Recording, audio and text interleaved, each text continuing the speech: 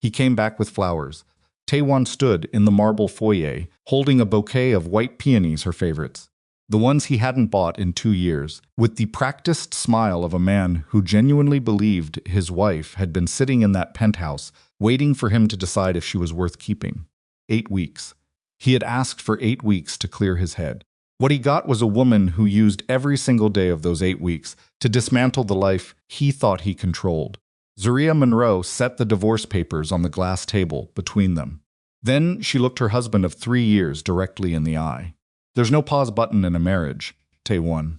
You wanted 8 weeks away. She slid the papers forward. I hope they were worth it. Sign them. I have a wedding to plan. The flowers hit the floor. The man who thought he had all the time in the world suddenly had none. If this story speaks to you, if you've ever fought for something that was already gone, subscribe to this channel and hit that like button right now. Drop your city and country in the comments below. I want to see exactly how far this story travels. Because what Zariah does next, you are not going to see it coming. Stay with me until the very end. Zariah Monroe did not arrive in Seoul with a plan to fall in love. She arrived with 2 suitcases, a contact list she had spent 5 years building in Atlanta's gallery circuit, and a quiet, bone-deep certainty that she was meant for something larger than the city that raised her. She was 26 years old, recently passed over for a curatorial position she had been promised, and exhausted by the particular kind of defeat that comes not from failure, but from watching someone else take credit for your work and smile while doing it. Seoul felt like a calculated risk. She had visited once for an art fair, stayed in a hotel that smelled like cedar and expensive soap, and spent 4 days walking neighborhoods that felt simultaneously ancient and brutally modern. She had stood in a gallery in Itaewon watching Koreans, expats, and tourists circle a massive installation by a Ghanaian sculptor she had been following for years, and she had thought with the clarity that only comes when you're slightly jet-lagged and far from everyone who has an opinion about your choices, that this was exactly the right place to build something that nobody could take from her. She was not naive about what that would cost. She knew she would be underestimated. A Black American woman opening an independent gallery in Seoul was not the obvious move, and plenty of people told her so. Her mother called 3 times in the first week, asking when she was coming home. Her former mentor in Atlanta sent a careful email suggesting she reconsider the timeline. 2 people she had considered friends wondered aloud whether the market would receive her well. Zariah read every message, thanked people for their concern, and signed a 12-month lease on a 81 that smelled like damp concrete and had water stains on the ceiling that the landlord swore were cosmetic. She spent the first month sleeping on an air mattress and repainting the walls herself. Monroe Contemporary opened 8 months later. The opening night was not glamorous. Catering was mediocre. 2 of the 3 artists she had planned to feature were late delivering their work, and she spent 40 minutes on the phone in the back corridor, alternating between calm professionalism and something that, if she was honest, was closer to barely contained fury. The translation of her artist statements had a grammatical error that a blogger photographed and posted before she could catch it. But 214 people came through the doors. And by the time the last guest left at 11:30, she had sold 7 pieces and exchanged cards with the director of one of Seoul's largest private collections. She did not cry when everyone was gone. She sat on the floor of the empty gallery with her shoes off and ate a triangle of kimbap from a convenience store bag and thought, this is the beginning. She was right. Choi Taewon walked into Monroe Contemporary 14 months after that opening night. She was mid-conversation with a collector from Singapore when she registered him the way you register a change in air pressure, not consciously, but in the body first. Tall for a Korean man, dressed in the particular way of someone who had learned early that the right suit communicates power. Before you say a word, and he was looking at a large abstract canvas by a young artist from Lagos, with an expression Zariah had learned to read genuine attention, not performance, not the social theater of being seen at a gallery event. He was actually looking. She finished her conversation and crossed the room. That piece, she said, took 8 months to complete. The artist works in sessions of 6 hours minimum, or not at all. He says anything shorter is just warm-up. Taewon turned. Up close, his face was less immediately handsome than it was interesting sharp lines, dark eyes with the kind of intelligence in them that you either find attractive or exhausting, depending on your own temperament. He looked at her the way she had looked at him, with actual attention. "Does it work?" he asked. Not about the painting, about the artist's method. He sold his last 4 pieces before they were finished. Zariah said, "You tell me." That was their beginning. What followed was the kind of romance that feels in memory like it was inevitable. Midnight meals in small restaurants in Mapo that Taewon knew by name. Weekends on Jeju where they walked cliff tops and argued about everything architecture, inequality, what ambition costs a woman versus what it earns a man, whether it was possible to truly belong to a city. That wasn't where you were formed. He was a good arguer. He listened when she pushed back. He didn't fold to avoid conflict, but he also didn't bulldoze. He told her he worked in investment, private equity focused on Korean mid-market companies. She didn't dig past the surface of it because she was not a woman who made a project of understanding other people's finances, and because the parts of him that she could see, the patience, the dry humor, the way he looked at art without performing. His looking felt like more than enough to build on. They married 18 months after that first night at Monroe Contemporary. It was not a simple decision. His family had concerns that were never quite stated, directly concerns that Zariah was not Korean, not from their world, not the woman they had imagined for him.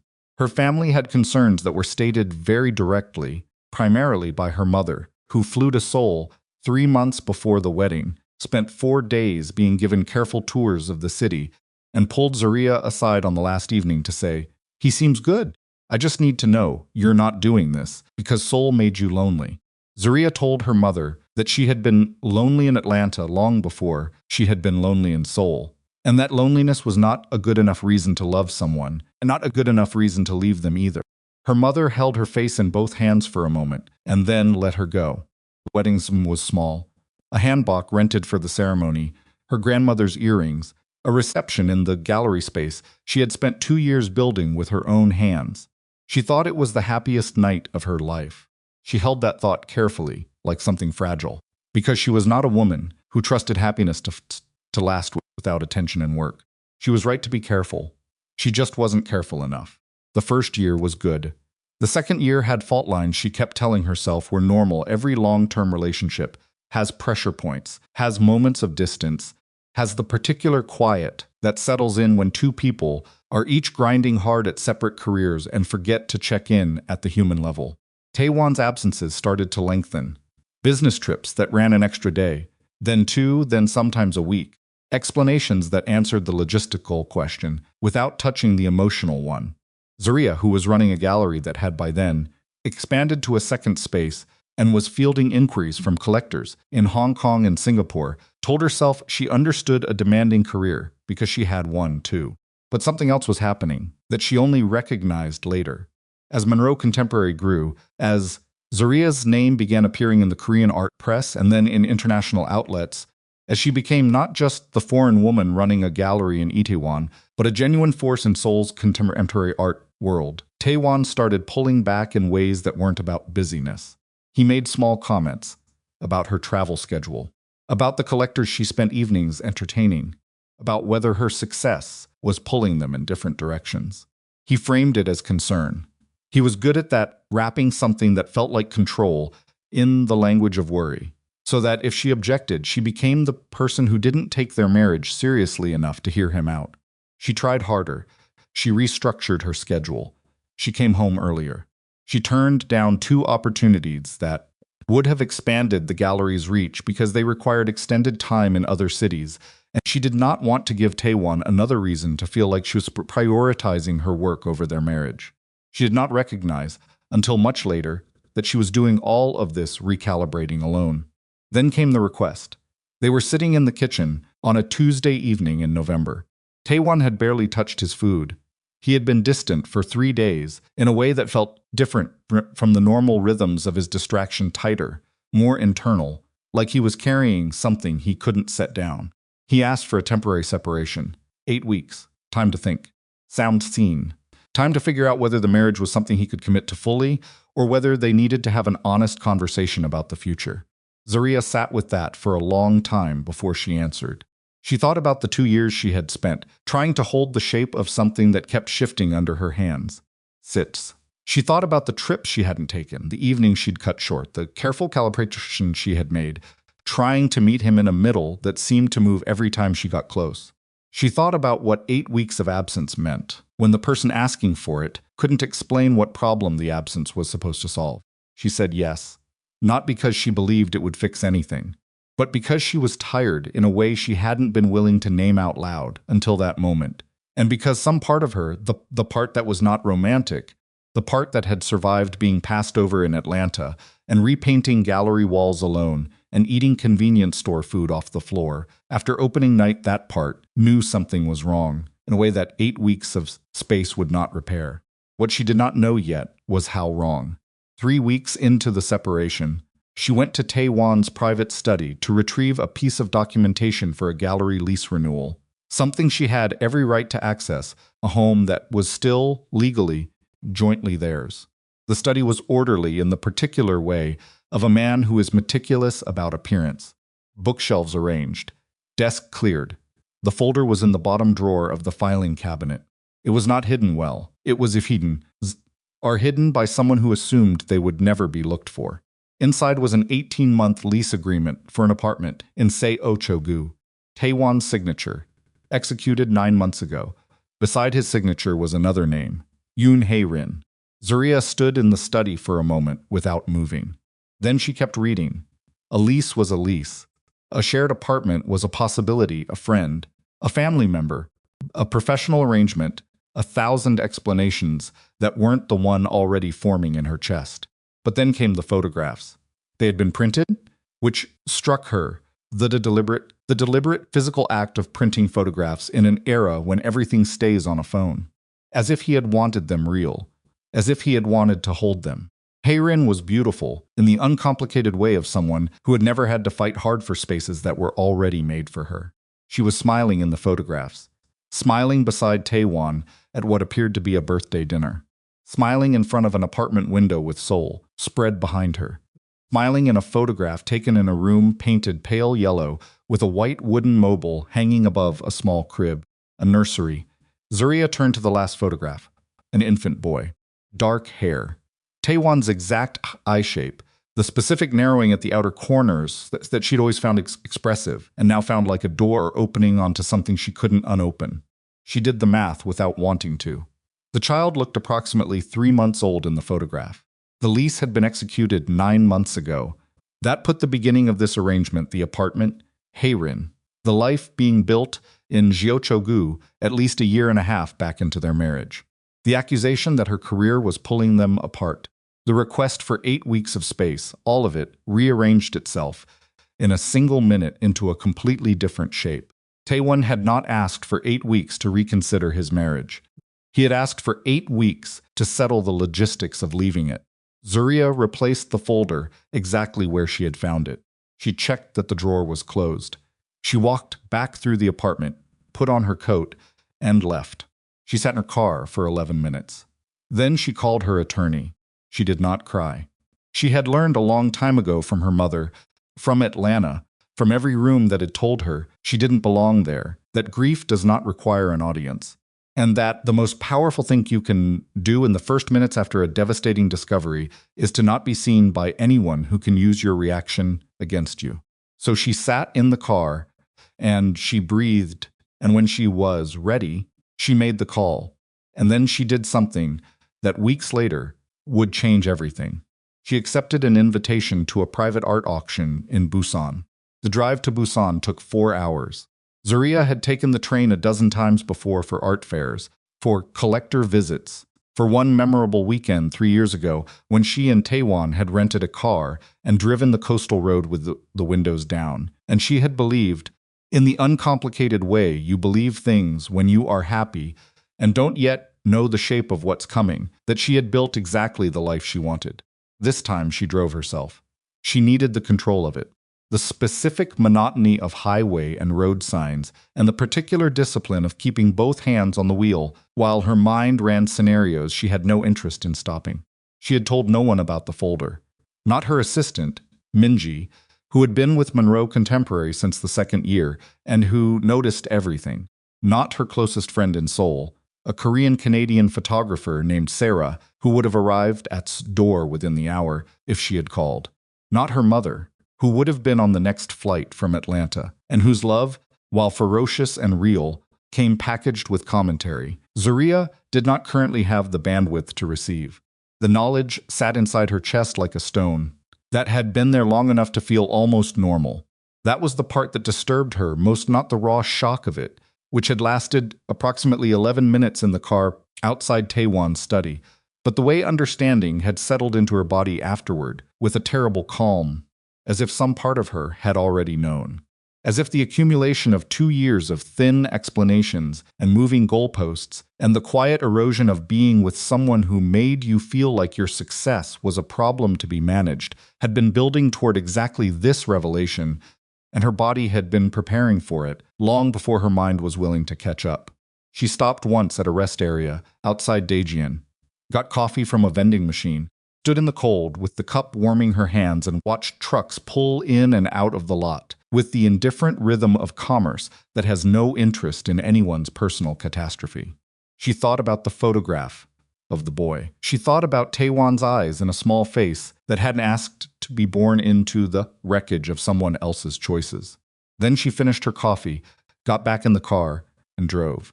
The auction was held in a converted warehouse near Haeundae that a developer had spent 2 years and a considerable amount of money transforming into something that was simultaneously industrial and obscenely expensive. The kind of space where the aesthetic roughness of the bones exposed beams, original concrete floors had been preserved, precisely because the people spending money inside it were sophisticated enough to find careful polish less impressive than deliberate restraint.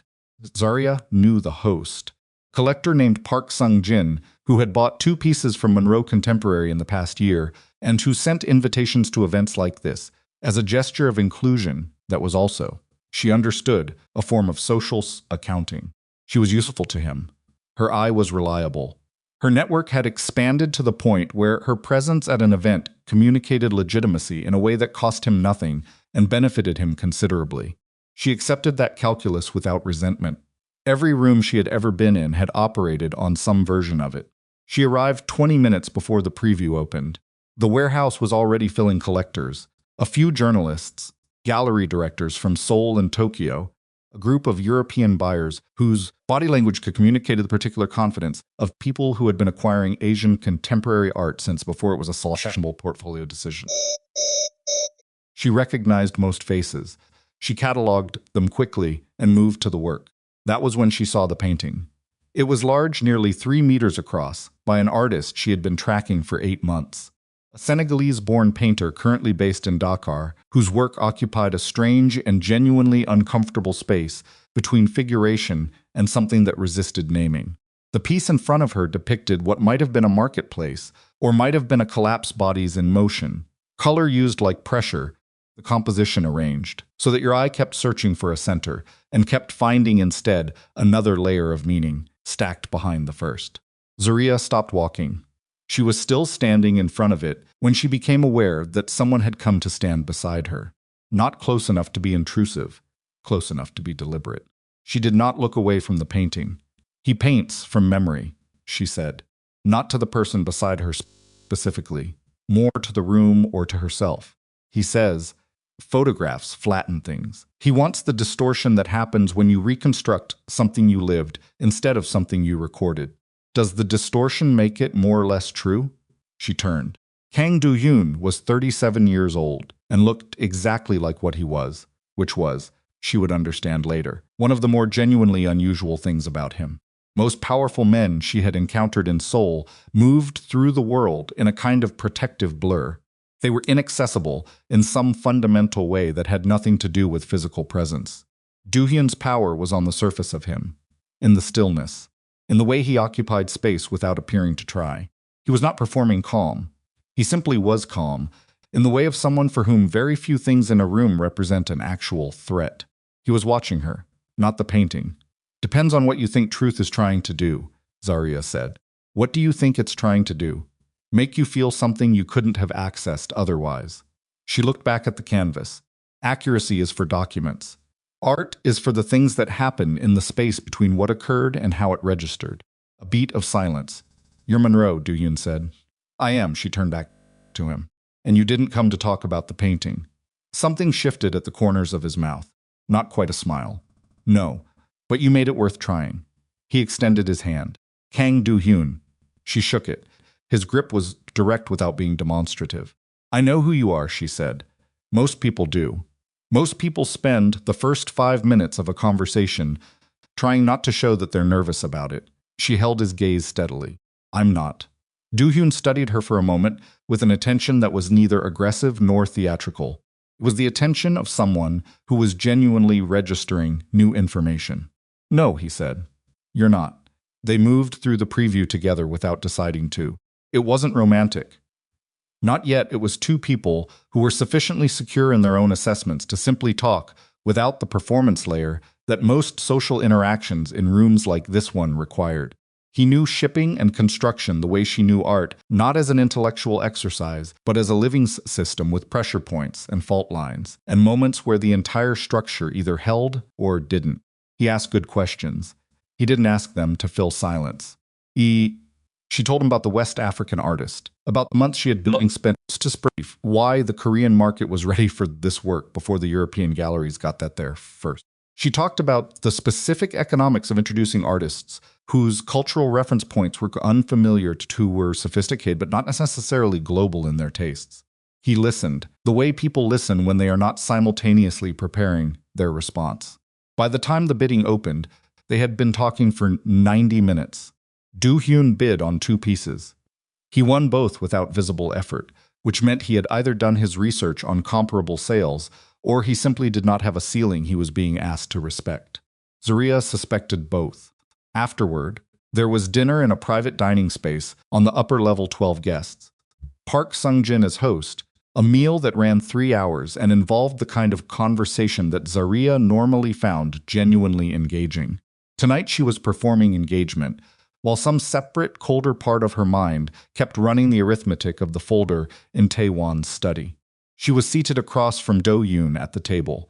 She caught him watching her twice with the same expression, not intrusive, not assuming, like just noticing. After dinner, when the group had fractured into smaller conversations and the Bordeaux had reached us where some guests were becoming louder while others retreated into themselves, Do-hyun appeared beside her at the window where she had gone for air. "You've been somewhere else all evening," he said. Not accusatory, observational. "I've been here, physically." She looked at him sideways. "You're very direct, it saves time." He had a glass of water, she noticed. "Not wine. You don't have to tell me. I'm not asking for a reason."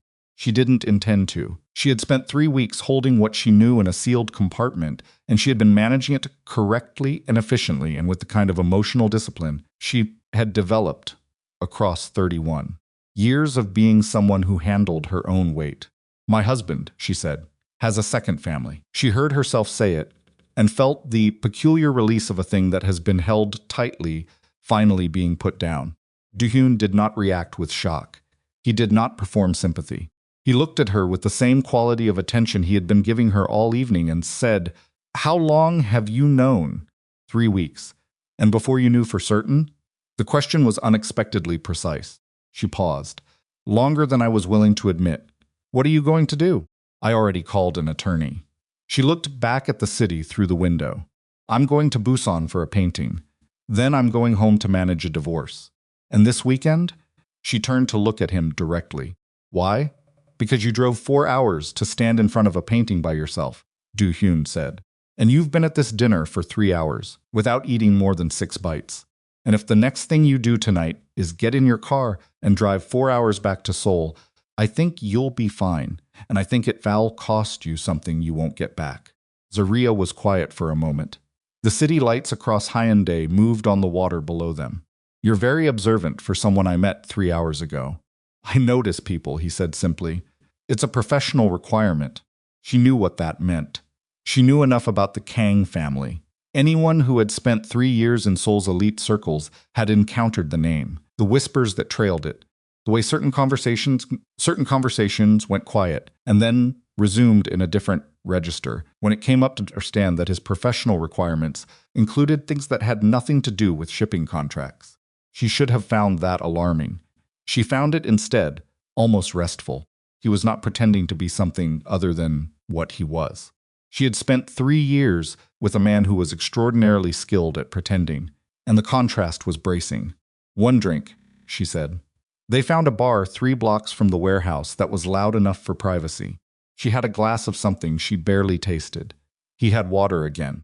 And over the next 2 hours, in the fragmented, non-linear way of conversations that happen between people who are each feeling out the edges of something new, without being willing to name it yet, she told him.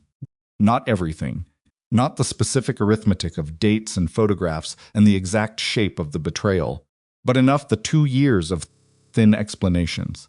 The accusation that her ambition was responsible for the distance. The 8 weeks of separation that she had agreed to because she was tired and because some part of her had needed permission to stop trying so hard. Do-hyun listened, without trying to fill the pauses. When she was finished, he said, he asked for 8 weeks.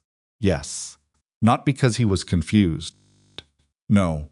She had known this, but hearing it said plainly by someone else did something to the structure of the thing she had been carrying. He needed time to decide what to do about the other life. Whether to come back and try to maintain both, or whether to let the marriage go. And he assumed, Do-hyun said, that the decision was his to make. The words landed with quiet precision. She had spent 3 weeks in the sealed compartment of her own analysis, and had reached the same conclusion through a longer and more painful route. But hearing it stated so cleanly, without either dramatic outrage or careful cushioning, she felt something in her chest unhook. He always assumed that, she said. Her voice was level. Every conversation we had about distance or work or where we were going, he was always the one deciding what the problem was and whether it was worth solving.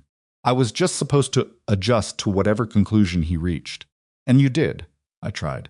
The word came out harder than she intended. I restructured my schedule. I turned down opportunities. I told myself that compromise was. She stopped. It wasn't compromise. Compromise is mutual. That was just me shrinking to fit a container someone else designed. Do-hyun was quiet for a moment. What does Monroe Contemporary need in the next year? The change of subject was deliberate, and she understood why. He was not offering her the comfort of continued outrage. He was offering her something else. 3 new artists, she said, catching the thread. 2 from West Africa, 1 from the Caribbean diaspora. Partnership with a private collector in Singapore who's been circling for 6 months. And enough runway to weather the next 8 months without compromising the spring exhibition. Your instincts on the Dakar artist, they're right. The soul market is ready. How would you know? I own property in 3 neighborhoods where that conversation is already happening, he said. And I've been watching the collector class shift for 2 years. The European framework is losing its authority. People want something that isn't pre-approved. She looked at him. You didn't come to Busan for the auction. I came for the auction. A pause. And I come to events like this because they're useful. But you stayed at the window. He didn't answer that directly. He looked at his glass. The bar was emptying around them. It was past 1 in the morning. The knowledge of what time it was landed on Zariah, with the sudden weight of everything, she had temporarily set down the drive back. The attorney call she needed to make Monday morning, the gallery staff who would arrive Tuesday, expecting a director who was functioning. I have to drive back tomorrow, she said. There's no reason to tonight, Do-hyun said. It was not a proposition. His voice contained nothing she needed to deflect. It was a practical observation from someone who had no investment in whether she agreed or refused, and that the total absence of pressure was what made her consider it at all. She got a room at a hotel 3 blocks from the bar. Alone. She did not sleep well.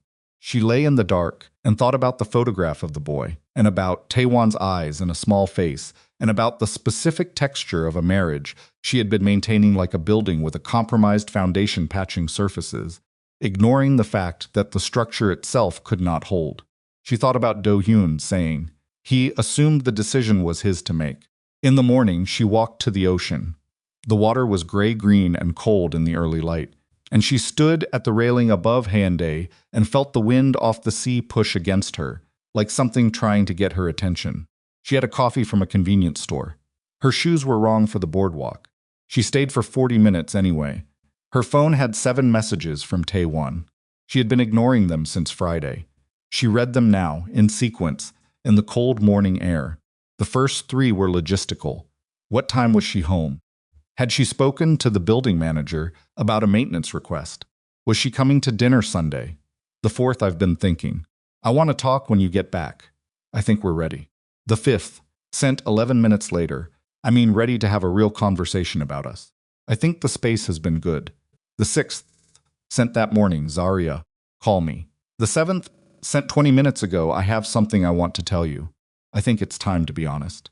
She read that last one twice. She thought about the folder, about the 18-month lease, about the fact that he thought he was the one who would decide when honesty entered their marriage because he had been the one deciding everything else. She put her phone in her pocket. She drove back to Seoul. She did not call him. She called her attorney instead and spent 45 minutes on the phone going through what she had found and what it meant and what needed to happen next. Her attorney, a Korean woman named Chung Yoon-ji, who had handled 3 high-asset divorces in Zariah's social circle and who had never once in Zariah's experience of her been rattled by anything, listened with careful efficiency and then said, I'll need you in the office Monday. Bring anything you copied. I copied everything. Good. A pause. Are you safe? The question surprised her. Yes. He's not. He's not that kind of man. Okay. Another pause. The financial implications are significant. The gallery? Mine. Established before the marriage, maintained independently. The penthouse? Joint. We need to talk about that. They talked about it for another 20 minutes. By the time she reached the Seoul city limits, the framework of what needed to happen had begun to take shape not just emotionally, but practically, procedurally, in the specific language of property and shared assets, and what a clean separation would require from a woman who was not willing to walk away damaged. She arrived home to an empty penthouse. She stood in the foyer for a moment. A sound scene. The apartment felt different in the particular way of a space that has been redefined by knowledge. She was looking at the same furniture, the same walls, the same view of Seoul spreading below the windows, but she was looking at all of it from the other side of what she knew, and the distance was irreducible. She went to the closet and pulled out a bag. Not packing, not yet, but she stood in front of her things and began for the first time to sort what was hers from what was theirs in her mind. Her phone buzzed. Not Taewon, Do-hyun. The Dakar artist's agent is in Seoul next week. If you're interested, I can make an introduction. She stared at the message for a long moment. Then she looked at the closet, at the bag in her hand, at the apartment that had once felt like proof of something and now felt like a container for someone else's idea of who she should be. She typed back, "Send me the date and time." She pressed send.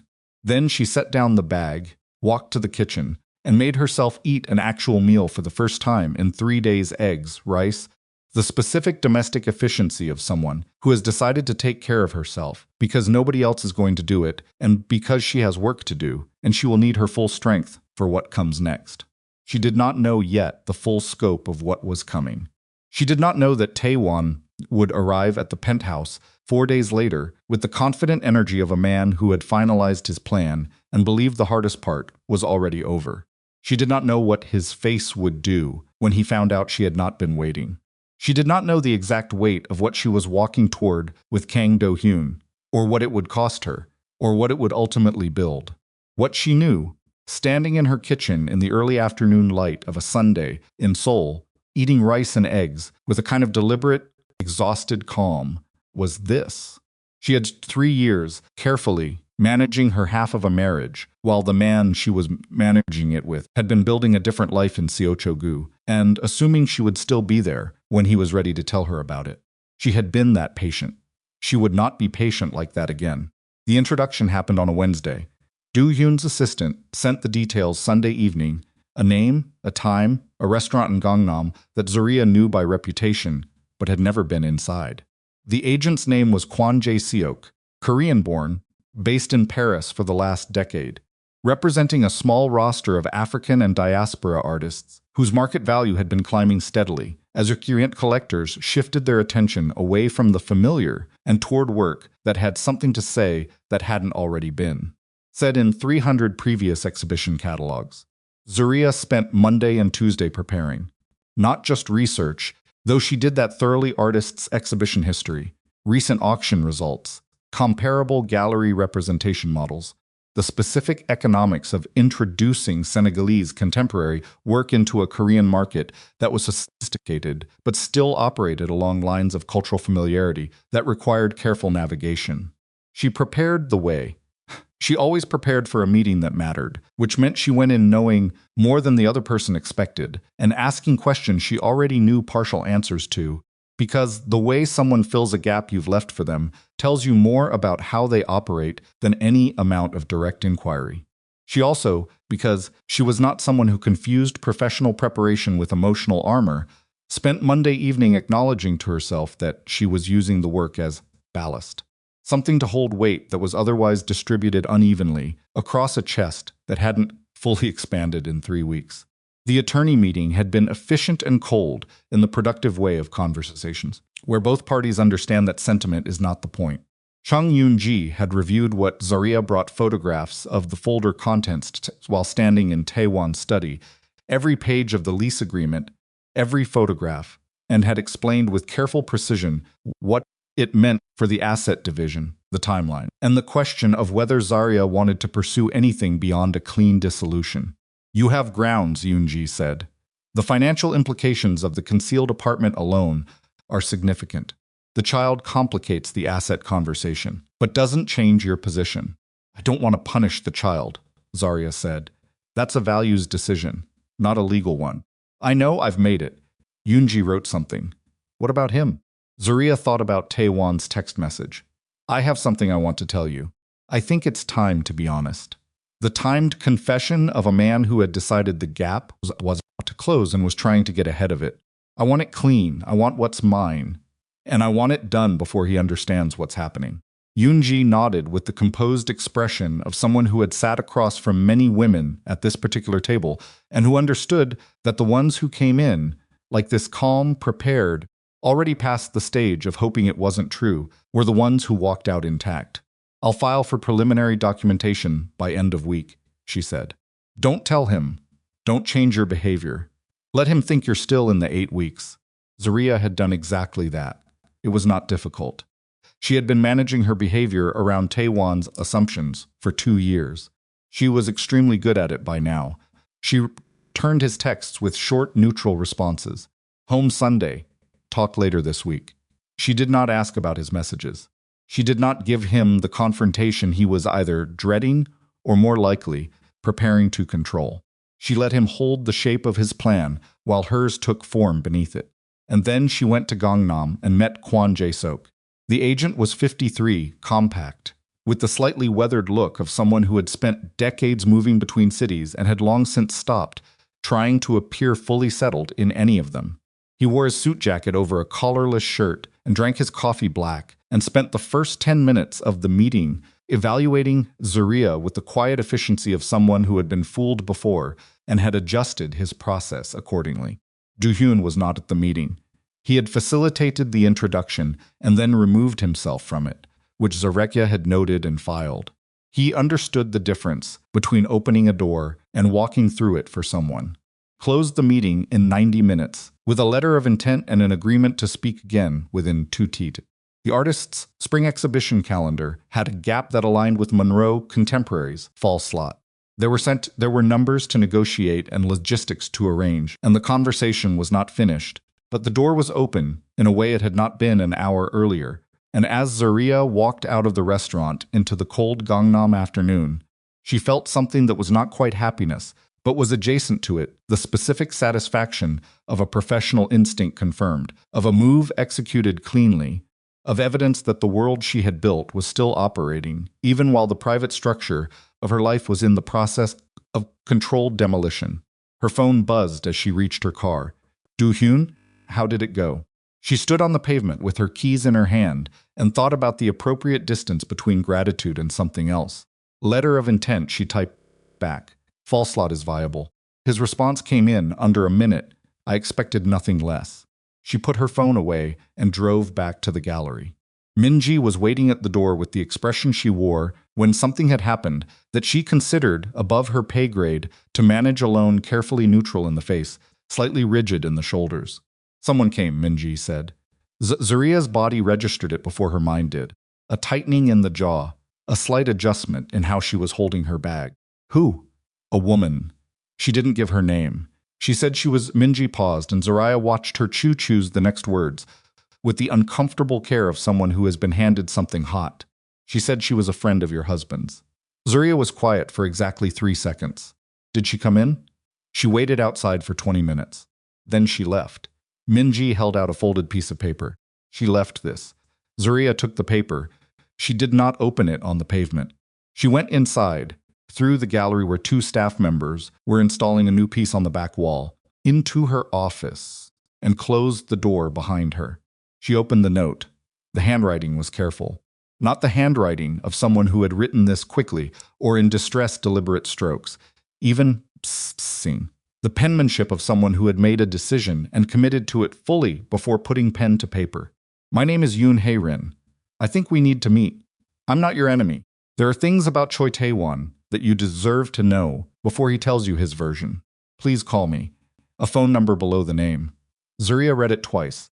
She set it on her desk and sat down and put both hands flat on the surface in front of her and breathed at a controlled, deliberate rate for approximately 90 seconds.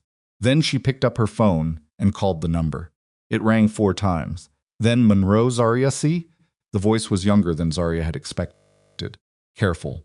With the particular quality of composure that comes not from confidence, but from having prepared very thoroughly for a conversation you are afraid of. Yes, Zariah said. You came to my gallery. I'm sorry. I didn't know where else. A pause. The composure held, but barely. Can we meet?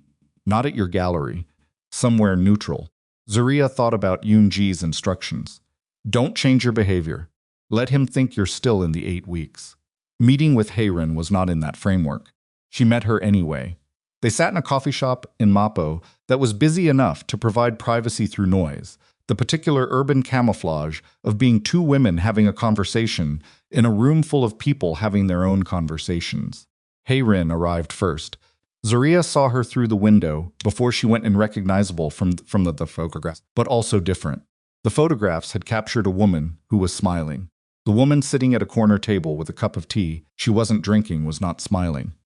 She was 28 years old and looked, at this particular moment, in the cold afternoon light of a Mapo coffee shop, like someone who had been carrying something very heavy for a very long time and had finally put it down somewhere. She couldn't pick it back up. Zariah sat across from her. Neither woman spoke for a moment. He told me you knew, Hae-rin said finally. About us. From the beginning. Zariah went very still. What do you mean? From the beginning of our relationship. Hae-rin's voice was controlled with effort. He told me you had an arrangement, that your marriage was. She stopped, pressed her lips together. He called it a practical partnership. He said you both had other lives, but that the marriage served a purpose for both of you. Business, social position, visa considerations. The coffee shop noise continued around them. Someone at the counter laughed at something. Outside, a truck moved through the intersection with the indifferent weight of a city that has no interest in what's happening in a corner table. Zariah said, he told you I knew. He told me you'd agreed to it. Hae-rin's eyes were dry. She had cried about this before, and she was not going to do it here. He told me he'd told you about me in the first year. That you understood. A pause. I believed him. For 18 months I believed him. Zariah heard the geometry of it rearrange itself. Tae-won had not been managing one deception. He had been managing 2. A wife who believed she was in a real marriage. A mistress who believed she was in an unsanctioned arrangement. He had been the only person in the entire architecture who knew the full shape of it, which meant he had been the only person who had any control at any point, which meant that both of them had been operating inside a fiction he had authored and maintained and adjusted as needed. When did you stop believing him? Zariah said. Hae-rin's hands moved around her teacup. 2 months ago. He asked for the 8 weeks. He told me it was to manage the transition, that he was going to formalize things, that afterward we would. She stopped again. He had a plan. He explained it. Her jaw tightened. It sounded like a plan. And then, a colleague of mine mentioned Monroe Contemporary at dinner. Just, your gallery came up in conversation. So I looked you up. A pause. You're not what he described. He said the marriage was, she stopped. You're not what he said. Zariah looked at the woman across from her, the mother of Taewon's son, the person he had used as a second structural beam in a building he was constructing for his own comfort and convenience, with the same disregard for her reality that he had brought to his marriage. He told me, Zariah said carefully, that our marriage had problems because I was too focused on my career. Hae-rin looked at her. He told me your career was the reason the marriage had always been a formality, that you preferred it at a distance. They sat with the symmetry of it. The baby, Zariah said. Taewon. Hae-rin's voice shifted slightly on the name, not softening, just recalibrating. His name is Taewon. He's 4 months old. She looked at her tea. I named him after his father because his father told me he was going to be present. And is he? When it's convenient. The bitterness in it was not theatrical. It was the flat, exhausted bitterness of someone who has already processed the anger and come out the other side into something worse. He comes when he says he will about half the time. He pays for the apartment. He sends money. He does not. She stopped. He is not there. Zariah thought about the text message. I have something I want to tell you. I think it's time to be honest. He had been about to confess a managed, timed confession designed to control how the information landed.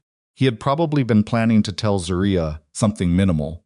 Enough honesty to claim he'd come clean, not enough truth to lose the strategic ground he'd spent 18 months constructing. And simultaneously, Zariah suspected he had been telling Hae-rin something equally partial, managing the transition, as he'd called it, moving pieces. But Hae-rin had moved first. Why are you telling me this? Zariah said. Because I'm not going to let him tell both of us his version of it and have neither of us know what's real.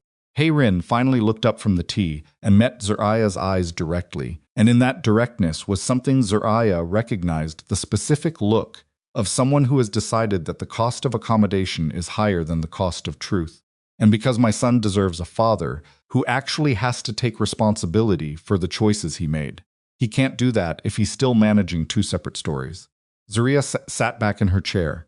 She looked at this woman, 28 years old, a 4-month-old son, an apartment paid for by a man who had lied to her as comprehensively as he had lied to his wife, and felt something that was not sympathy exactly and not solidarity exactly, but was some complex compound of both, with a significant amount of cold, clarifying anger underneath. I've already started the divorce process, Zariah said. Hae-rin's breath came out in a slow exhale. He doesn't know? No, a pause. He came to me last week. Hae-rin's voice was quiet now. He said he was going to fix things with you. That he needed a few more weeks. That once the marriage was properly settled, he could… She looked at her hands. He used the word settled, as if the two of us were debts he needed to balance. Zariah thought about that for a moment. About Taewon, moving between 2 women who were each operating on partial information, adjusting his story to fit each room he was standing in, managing the gap between them with the specific skill of someone who had been doing it for long enough to consider himself competent at it. He was not competent. He was just surrounded by women who were too intelligent and too decent to compare notes until one of them decided enough was enough. She leaned forward. I'm going to need you to be honest with me, Zariah said. Everything he told you. Every conversation you remember. His exact words. She held Hae-rin's gaze. My attorney needs a complete picture. Not for anything that affects your son. I've already told Yoonji I won't pursue anything that touches the boy financially. But for the marriage itself. For what he built and what it cost. Hae-rin looked at her for a long moment. Then she nodded. They sat in that coffee shop for 2 hours.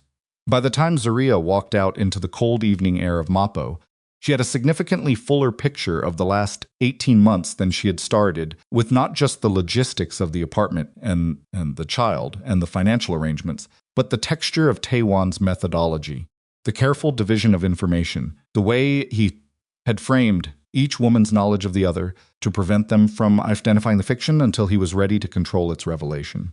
The specific language he had used in each context, tender with Hae-rin in ways he had long since stopped being with Zariah, professional and reassuring with Zariah in ways that retroactively mapped to every conversation where she had felt like a problem being managed.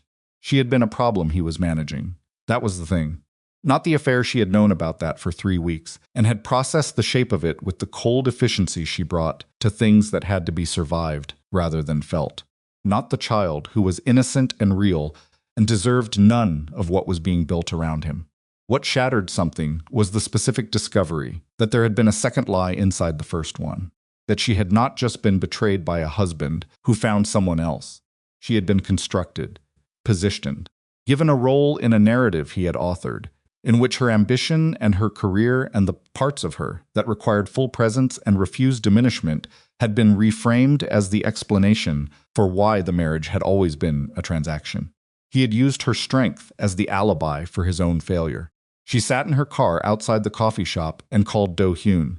She didn't know why she called him instead of Yoon-ji or instead of no one. She would think about that later. In the moment, it was simply the call she made, the number she reached for. And when he answered on the second ring with his particular economy of greeting just her name, no performance, she said, he told her I knew. From the beginning, he told her we had an arrangement. Silence on his end. Not the silence of someone caught off guard, the silence of someone processing. He gave her a fiction, Do-hyun said, so she wouldn't look at you. Yes. And gave you one so you wouldn't look at her. Another beat. He was the only one who knew the map. Yes. She heard her own voice and registered that it was steady, which cost her something she couldn't quantify. She came to my gallery. She found me. What do you need right now? The question was so direct and so unencumbered by any agenda she could identify that, for a moment, she didn't have an answer. She was accustomed to questions that contained a preferred response embedded somewhere in their structure. What do you need right now? Was simply what it said. I need to finish what I started, she said. The attorney. The filing. I need it done before he makes another move. Then finish it, Do-hyun said, and call me when it is. She called Yoon-ji next and spent 40 minutes walking through what Hae-rin had told her, the additional documentation it provided, and what it meant for the filing timeline. Yoon-ji listened and then said, with the composed efficiency that Zariah had come to find genuinely comforting in the way that a very sharp blade is comforting when you understand exactly what it does. This accelerates things. I'll move the preliminary filing to tomorrow. Will he find out before it's served? Not if we move correctly. Move correctly, Zariah said. Yoon-ji moved correctly. The filing was submitted Thursday morning. Taewon was served at his office Friday afternoon by a process server who arrived while he was in a meeting, and the information reached Zariah through Yoon-ji's assistant at 4:47 p.m. with the clinical efficiency of confirmed procedure. Papers served. 4:31 p.m. Choi Taewon received. Zariah was standing in the gallery when the message came through. She was looking at the wall where the new piece had been installed, a large format work by a young Korean artist who painted the specific texture of inherited grief, the thing you carry that isn't yours originally but has become yours through proximity and time. She stood in front of it for a long moment after reading the message. Then her phone rang. Taewon. She didn't answer. It rang again. Declined. A text, Zariah. What is this? Call me. Another, this isn't, I need to talk to you. Pick up. Another 3 minutes later, the composed professional language finally cracking at the edges. I was going to tell you. I was about to tell you everything. You didn't give me the chance. She typed back 4 words. You had 3 years. Then she blocked him and called her building's management to arrange a key change for the penthouse. She did not go home that night. She stayed at Sarah's apartment in Hongdae, her closest friend in Seoul, the Korean-Canadian photographer who had been asking careful questions for weeks, and who, when Zariah arrived at her door at 9 p.m. with a bag and the compressed expression of someone who has been holding themselves together on will alone, simply opened the door and said, "Kitchen." Sit and made rice and soup, and did not ask a single question until Zariah was ready to answer them. By midnight, Zariah had told her most of it. Not everything. The Kang Do-hyun portion of the last 2 weeks she held back, not because she was ashamed of it, but because she hadn't yet worked out what it was, and she had learned a long time ago not to describe things she didn't yet have accurate language for. Sarah listened the way good friends listen, with her full attention, and without the impulse to fix, which is the rarer and more valuable skill of the two. The note from Hey Rin, Sarah said when Zariah had finished. She came to your gallery. Yes, she could have not come. She could have. Zariah looked at the table. She's 28 years old with a 4-month-old and a man who's been running 2 parallel stories. Came because she needed it to stop. What happens to her now? That's not mine to manage. Zariah said it without coldness. She's not my problem to solve, and she's not my enemy. She's another person he positioned inside a fiction without her consent. What happens to her is whatever she decides to do with the truth now that she has it. Sarah was quiet for a moment. And you? I have a gallery to run, Zariah said, and a divorce to finalize, and a fall exhibition to book. She looked up.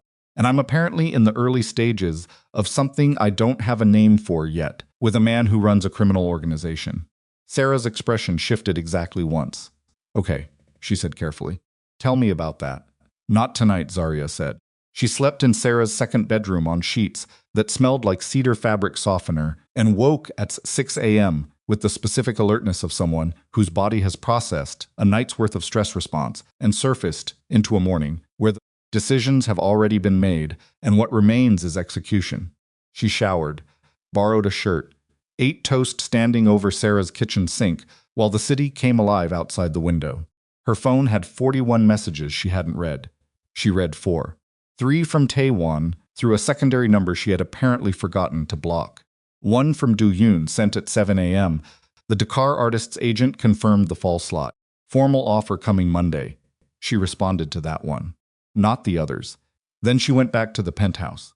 She had asked Sarah to come, and Sarah had come not as protection, but as witness, the way you bring someone you trust to a moment that you know is going to have weight and that you don't want to misremember. They arrived at 10 a.m. The building manager met them with the new key. The old key had already been flagged in the system. The penthouse was empty, but Taewon had been there. She could see it not dramatically, not smashed or disordered, but the specific disarray of someone who has searched a space in a state of controlled panic. A desk drawer that wasn't fully closed. A cabinet in the study that was slightly ajar. He had come back and gone to the filing cabinet first, because that was where the folder was, and he had needed to know if she had found it. She had put it back exactly. He would not be certain. That small, specific advantage was gone now he had been served. He knew the timeline. He knew she had acted while he was still arranging his managed confession, but she stood in the study and looked at the slightly open cabinet and felt, instead of the anger that might have been the expected response, something that was cleaner and colder than anger. He had come here, to this space, looking for evidence of what she knew, with the instinct of someone who was still trying to manage the information, still trying to control the story.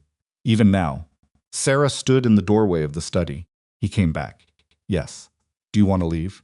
Zariah looked at the cabinet, at the desk, at the bookshelves that held books she had given him early in the marriage, before she understood that the man she was building toward was not the man who had stood beside her at gallery openings, asking genuinely good questions about distortion and truth. No, she said, I'm going to start packing. She began with the small things. Not hers. The pieces she had brought into this space that had always been definitively hers, and that she was not going to leave in a room that was being dismantled. A ceramic bowl her grandmother had sent from Atlanta. 3 art books she had annotated over years. Their margins, their years of dense with her own handwriting, the record of a professional intelligence that had been developing through every year of this marriage, whether he'd seen it or not. She was wrapping the bowl in newspaper when her phone rang. Not Taewon, not Yoonji, a number she didn't recognize. She almost didn't answer, she answered. Miss Monroe. The voice was male, middle-aged, carrying the specific flatness of someone who delivers difficult information professionally and has learned to drain effect from it. My name is Han Dong-wook. I'm a financial investigator retained by a firm that has been conducting a review of Choi Taewon's accounts. We've been trying to reach you for several days. The bowl was still in her hands. She set it down carefully on the desk. What kind of review, she said. A fraud investigation. A pause. Ms. Monroe, your husband has been under investigation for 14 months for financial misconduct involving 2 private investment funds. The investigation is entering a phase where we need to speak with the spouses of principals involved. I understand you filed for divorce. The room was very quiet. Outside the window, Seoul continued its Saturday morning with total indifference. What kind of misconduct? She said. Misappropriation of investor funds. Approximately 400 million won across 2 funds, redirected through a structure that, he paused. It's complex. But one of the vehicles used in the redirection was established in your name. Zariah's hand tightened on the phone. In my name, she repeated. Company registered 18 months ago. Monroe Capital Advisory, LLC. The name, the address, your gallery address, and a signature that we believe is forged.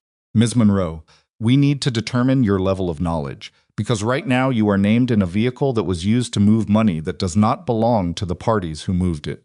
Sarah was watching her from the doorway. Whatever she saw in Zariah's face made her step fully into the room. Zariah stood in the study of the penthouse that was no longer her home, holding a phone, with the newspaper, wrapped bowl of her grandmother's, on the desk beside her, and understood with the specific, devastating clarity of a thing finally fully visible that Taewon had not just built a second family in Seochogu. He had built a financial crime in her name, and used her address, her professional reputation, the gallery she had built, with 2 years on an air mattress and convenience store food on the floor of an empty room, the only thing that had ever been entirely hers, built entirely by her, defensible by anyone who cared to look, as the address of a shell company designed to absorb stolen money. The marriage had not been just a lie. Sounding. It had been a liability she had been carrying without knowing she was carrying it for 18 months, growing underneath her professional life, like a structure designed to collapse in a direction that would take her down with it. Ms. Monroe? Han Dong-wook's voice, careful and professional. Are you available to come in Monday morning? Zariah breathed once, slowly through her nose. She was 31 years old, standing in the wreckage of a marriage that had been a financial instrument in addition to everything else it had been, with a gallery that was potentially compromised, a divorce filing that had just become significantly more complicated, and a criminal investigation attached to her name by a forged signature she had never made. Monday morning, she said. Her voice was level. Send me the address. She ended the call. Sarah crossed the room and stood beside her, without touching her and without speaking, which was exactly the right thing to do. Zariah set the phone down on the desk. She looked at the slightly open filing cabinet. She looked at the newspaper-wrapped bowl. She looked at the window, and the city beyond it, the city she had chosen, built into, fought for, made her name in, and understood that the ground she had been standing on had been undermined from below by a man who had decided, at some point in the last 18 months, that her name and her reputation and the professional identity she had constructed entirely through her own labor were resources he could use without asking. She picked the bowl back up, finished wrapping it. I need Do-hyun's number, she said. Sarah looked at her. You said not tonight. That was last night. Zariah placed the wrapped bowl carefully in the bag. Tonight is a different problem.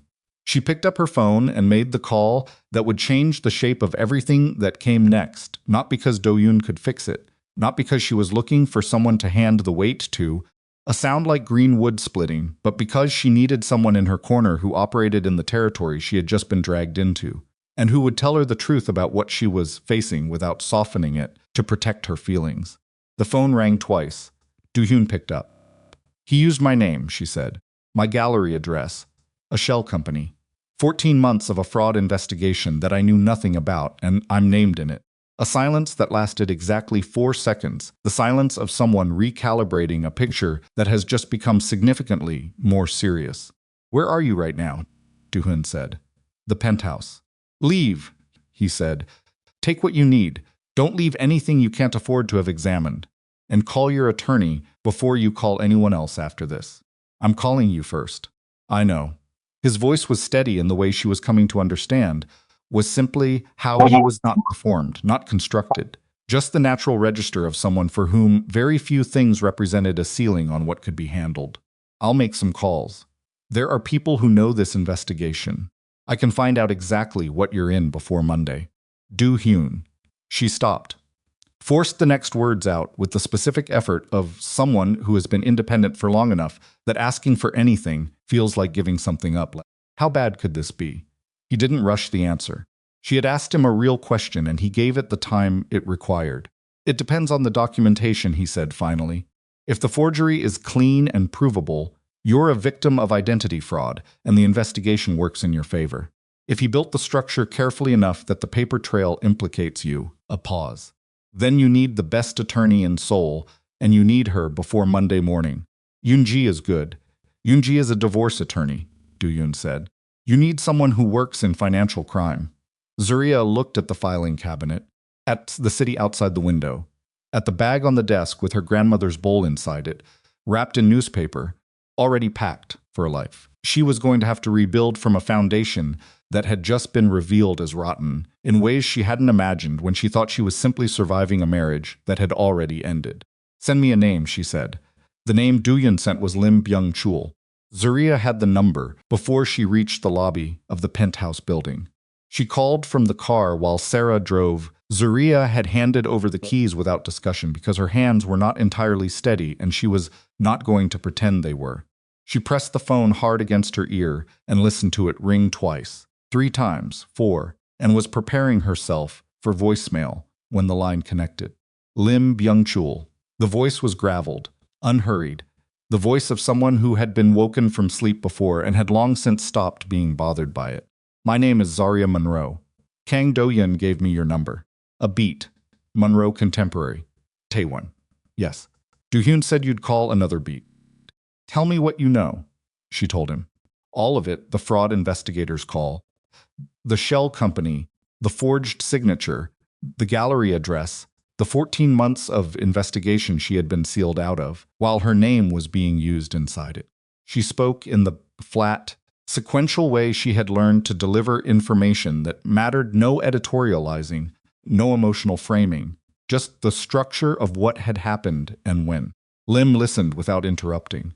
When she finished, he said, the company name was Monroe Capital Advisory. Yes, LLC structure.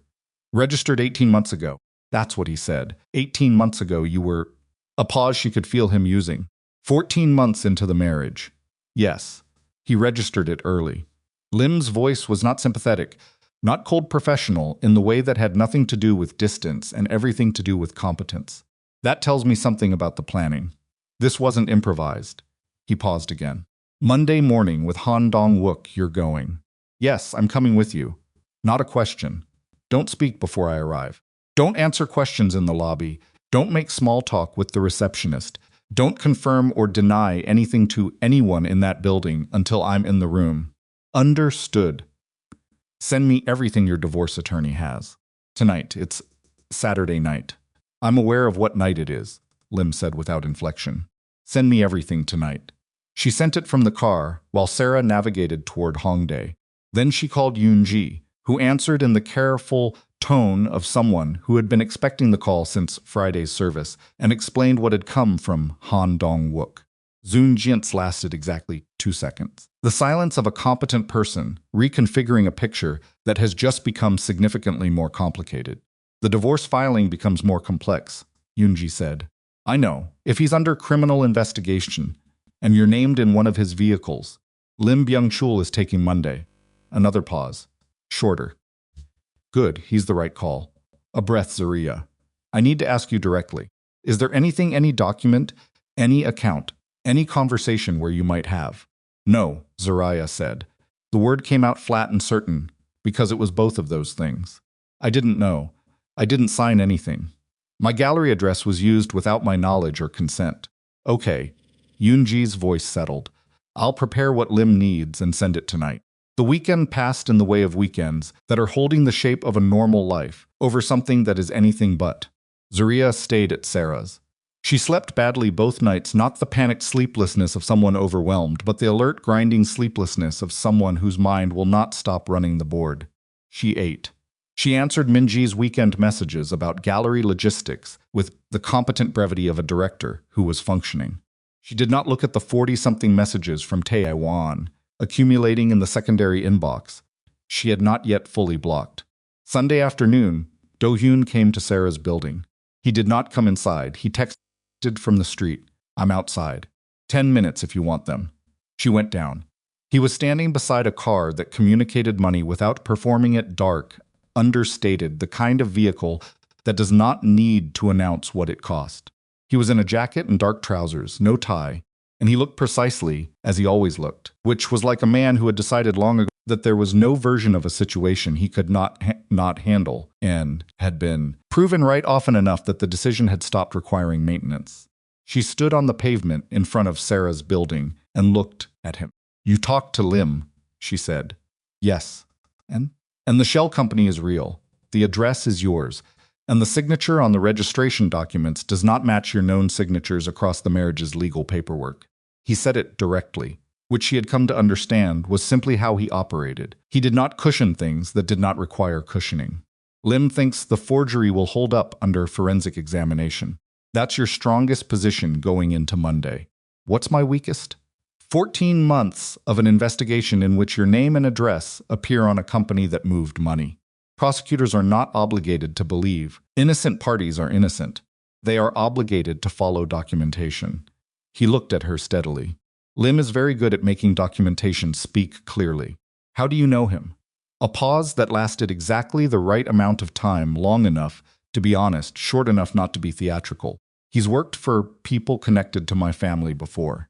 He knows how financial structures are built to conceal things. It gives him an advantage in reverse engineering them. Zariah looked at the street. A couple walked past with a dog that was pulling against its leash with the cheerful, mindless optimism of an animal that has no idea what day it is. The investigation into Taewon. How far does it go? Far enough that he's been careful not to be seen as someone preparing to leave the country. Do-hyun's voice was measured. He hasn't been, but the accounts he's been moving money through have counterparts in Singapore and Hong Kong. The investigators know it. They've been building towards something. He's going to try to make a deal, she said. It came to her with the flat certainty of something she should have predicted 20 minutes ago. He's going to cooperate with the investigation, and he's going to offer them something useful, and part of what he offers is going to be the company in my name. Do-hyun was quiet for a moment. Yes, that's my read.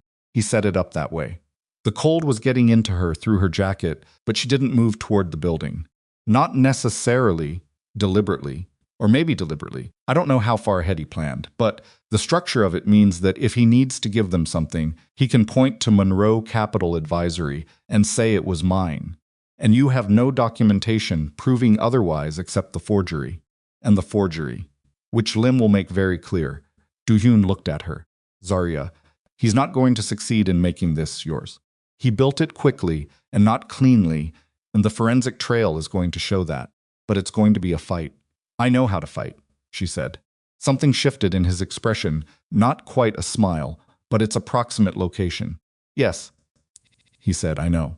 They stood on the pavement for a moment in the cold Sunday evening air. Why are you doing this, she said. Not accusatory, just the actual question. The introduction to Jae-suk. Lim's number, coming here. You've known me for what is this? 2 weeks? 3, he said. 3 weeks. I'm doing it because I want to, Do-hyun said. Simply. Without the architecture of justification that most people built around direct statements of desire. And because you're in a situation that has a shape I know how to read, and not using that when I'm able to is a choice I'm not interested in making. He paused. And because I find you another pause, this one more deliberate. I find you worth finding out about. She looked at him for a long moment. There were things she could have said. Smart things. Careful things. The managed language of a woman who had learned that giving men access to what she actually felt was a liability she couldn't afford. Instead, she said, I find you worth finding out about too. His exhale was very slight. She wouldn't have noticed it, except that she was paying the kind of attention that she brought to things she didn't want to misread. Get through Monday, he said. Then we'll talk. Monday arrived with the gray, indifferent efficiency of a day that does not care what is required of you. Zariah was dressed and in a taxi by 8. Lim Byung-chul met her in the lobby of a glass and steel building in Yeouido, 58 years old, shorter than she'd imagined, from the voice. With the compact, still quality of someone who had spent decades in rooms where the wrong energy could cost someone a decade of their life. He looked at her the way Zariah had been looked at in professional contexts, her entire career, assessing, calibrating, but the calibration landed differently than it usually did. He wasn't deciding if she was worth his attention. He had already decided. He was working out what she could carry. 3 things before we go in, Lim said in the lobby, voice low, back to the security desk. First, you answer only what you're asked, never more. Second, if I put my hand on the table, you stop talking. Immediately. Third, you are not a suspect. You are a witness and a victim of identity fraud. Do not let anyone in that room reframe that, and if they try, look at me. Understood. Good. He straightened his jacket. Let's go. Han Dong-wook was 50, precise, a sound like green wood splitting, with the slightly overstretched look of someone who had been working a complex case for 14 months and was approaching the end of a particular phase with the controlled energy of a man who needed this meeting to produce something useful. There were 2 others in the room, a woman introduced as a junior investigator, and a man from what appeared to be a financial crimes unit of a regulatory body whose name Zariah filed and didn't surface. They spent 40 minutes establishing what Zariah knew, when she knew it, and what documentation she could provide. Lim intervened 6 times twice, to rephrase questions that were structured, to produce admissions that weren't accurate, 3 times to clarify that the document in question required forensic handwriting analysis before any conclusions were drawn, and once, when Han Dong-wook's junior investigator pushed on a specific date with a specific assumption embedded in the question, to say with absolute quiet, the sentence asked. That's not how the question gets asked in this room, which produced a silence that lasted 4 seconds and reoriented the remainder of the meeting in a direction significantly more favorable. By the end of it, the framework was established. Zariah Monroe was a named party in Monroe Capital Advisory LLC through a forged signature and without her knowledge or consent. She was cooperating fully. She was providing documentation. She was a witness to the financial conduct of Choi Tae-won, not a participant in it. Han Dong-wook, to his credit, did not push past what the documentation supported. Walking out, Lim said, "That went well." "I know," Zariah said. "What happens to Tae-won?" "He's already been contacted. His attorney reached out to the investigation last week." Lim stopped at the elevator. "He's cooperating. He's offering information about the fund structure in exchange for consideration on the charges. And Monroe Capital Advisory? He's claiming it was a joint venture that you were aware of. His attorney is pushing that line." Lim pressed the elevator button. "The handwriting analysis will destroy it, but it will take 6 to 8 weeks. 6 to 8 weeks of my name attached to a fraud company. Yes. No cushion. I can get an injunction that prevents them from publicly naming the company in any release documentation during the analysis period. It limits the exposure. Do it. Already filed this morning." The elevator arrived. "There's one more thing." He held the door. "His attorney has contacted your divorce attorney with a proposal. Tae-won is willing to sign the divorce papers and relinquish all claim to joint assets. In exchange, he wants a statement from you that Monroe Capital Advisory was established with your knowledge." The elevator was empty. The door closed behind them. The lobby dropped away. Zariah said nothing for the count of 3 floors. "He wants me to lie to a criminal investigation," she said. "In writing, in exchange for my own divorce. That is what is being proposed." "Yes. Tell Yoon-ji to decline." Her voice was very flat. "And tell her if he tries to route that proposal through any channel other than formal legal correspondence again, I will consider it harassment and document it accordingly." "Noted." Lim almost smiled. "Not quite. I had a feeling you'd say that." The lobby arrived. They walked out into the Yoido morning. She called Do-hyun from the taxi. "He's offering to sign the divorce in exchange for a false statement to the investigation," she said. Do-hyun was quiet for a moment. "He's more desperate than I thought." "Yes." She watched the Han River appear and disappear between buildings. "Lim is handling it. The forensics will clear the signature, but he's going to keep pushing until they do." "Where are you now?" "Taxi. Going to the gallery. I'll come to you at 7, Do-hyun said. "If that's acceptable."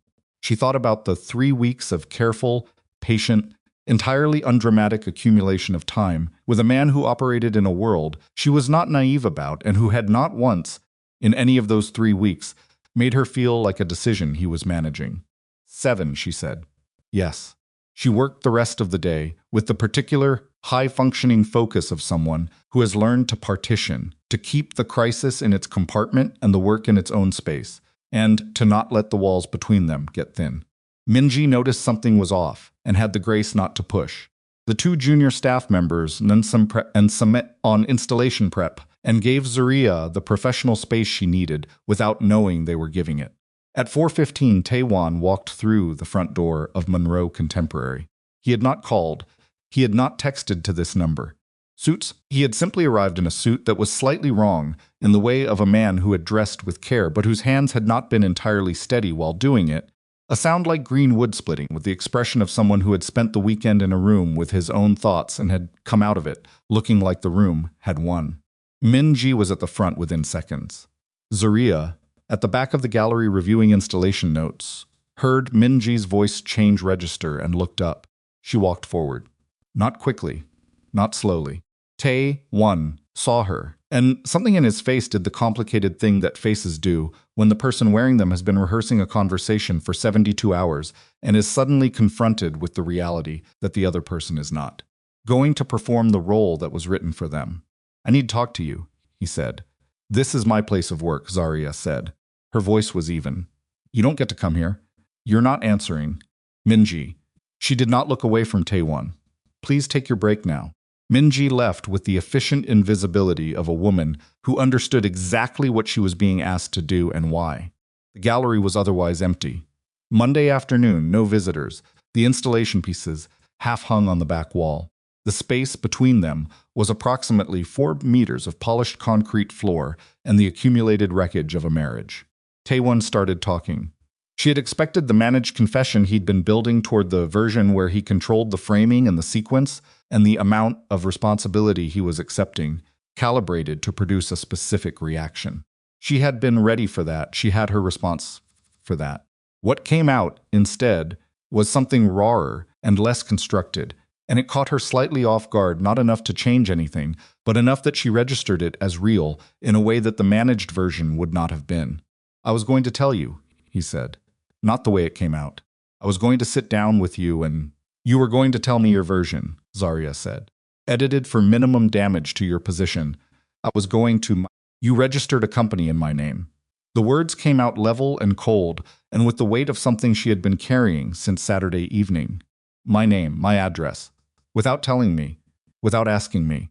You built a financial crime underneath my professional identity, and you let it sit there for 18 months while you told me our marriage was struggling because I was too ambitious."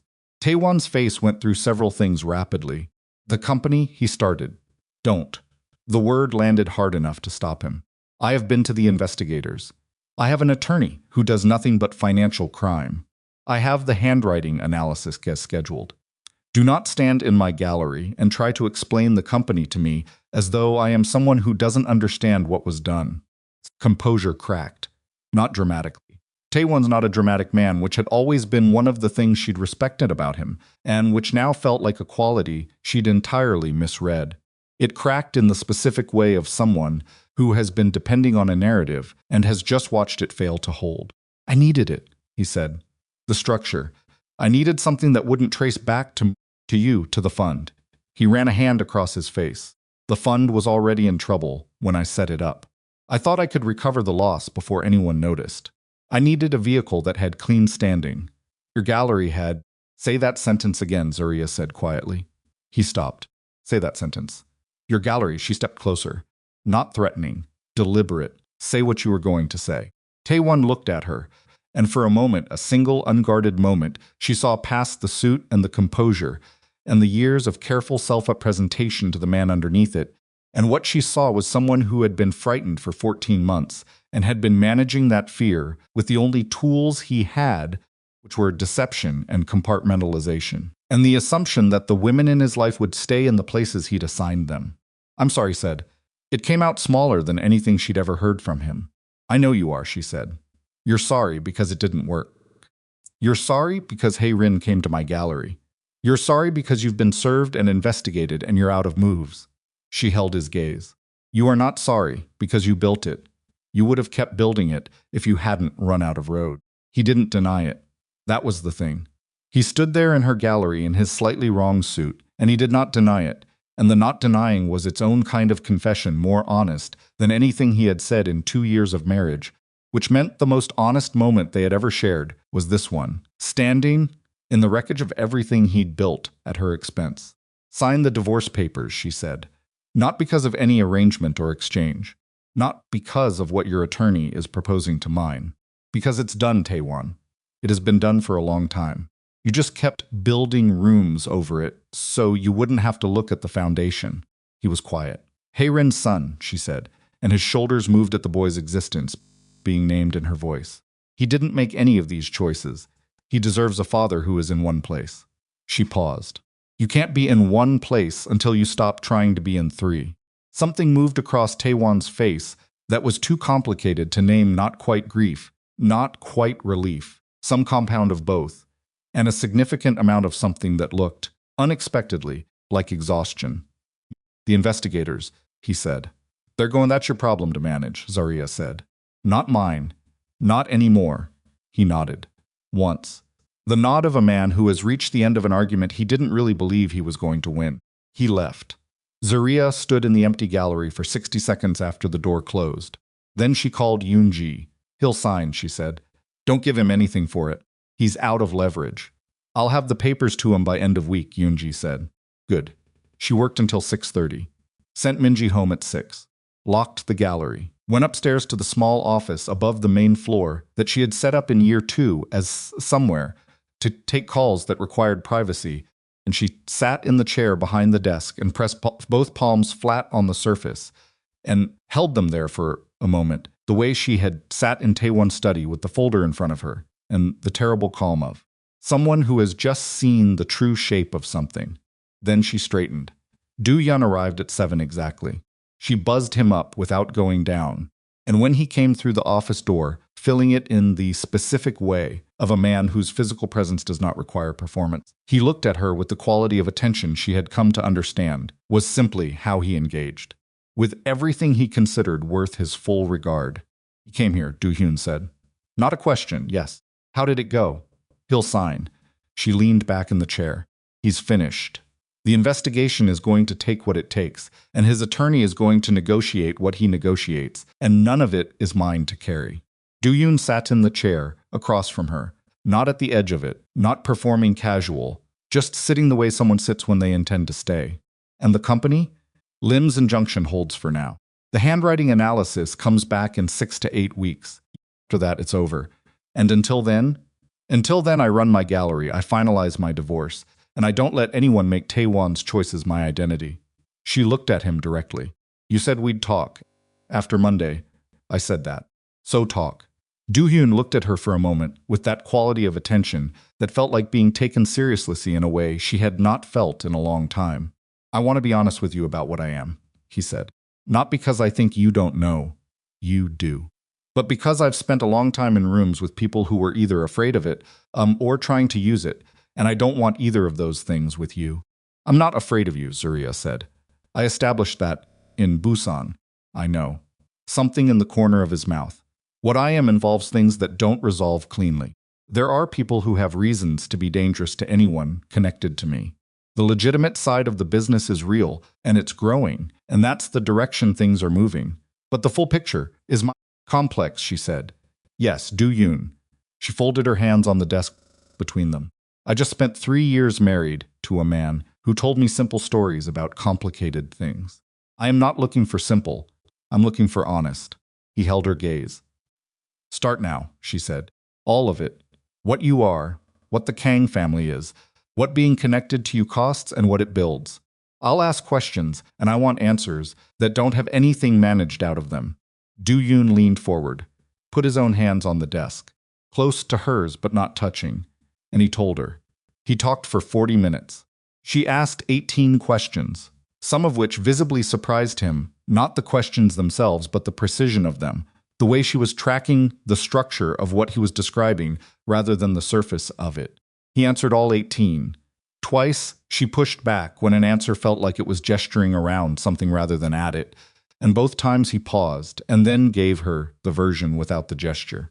By the end of it, she had a clear picture of the Kang Empire, the legitimate infrastructure that was genuinely growing toward a clean majority, the parts that were not clean, the people who served as connective tissue between the two, the risks that were inherent, and the risks that were manageable, the specific position Do-hyun occupied, and as the person who had decided to move the whole thing toward something that could be inherited by a next generation without requiring them to be what he had been.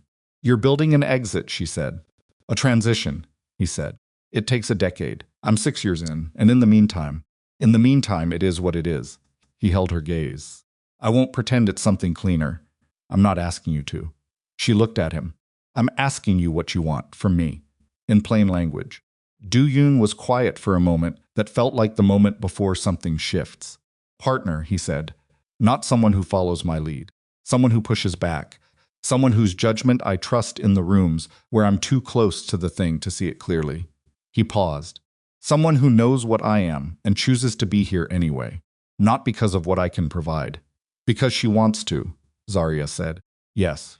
She looked at his hands on the desk, close to hers, not touching. She thought about Taewon walking into her gallery in his slightly wrong suit. Sorry, 'cause he'd run out of road. A sounder seemed Sigeen. She thought about the folder and the photographs built in her eyes, and the shell company built in her name on the foundation of a marriage that had been a management exercise from the beginning. She thought about standing in front of that painting in Busan and saying, "Accuracy is for documents. Art is for the things that happen in the space between what occurred and how it registered." She moved her hand across the desk and covered his. "I have conditions," she said. "I expected you would. I will never be a possession. I will never be managed. I will not disappear into your world. My gallery, my career, my name is mine, and it stays mine." "Yes," he said without hesitation. "And when I push back, you don't pull rank. You don't decide the conversation is over, because you're the one with the empire." "Agreed. And you tell me the truth. All of it. Even when it's complicated." She looked at him. "Especially when it's complicated." "I've been doing that for the last 40 minutes, he said. "I know." She didn't move her hand. "That's why we're still talking." Something settled between them, not soft.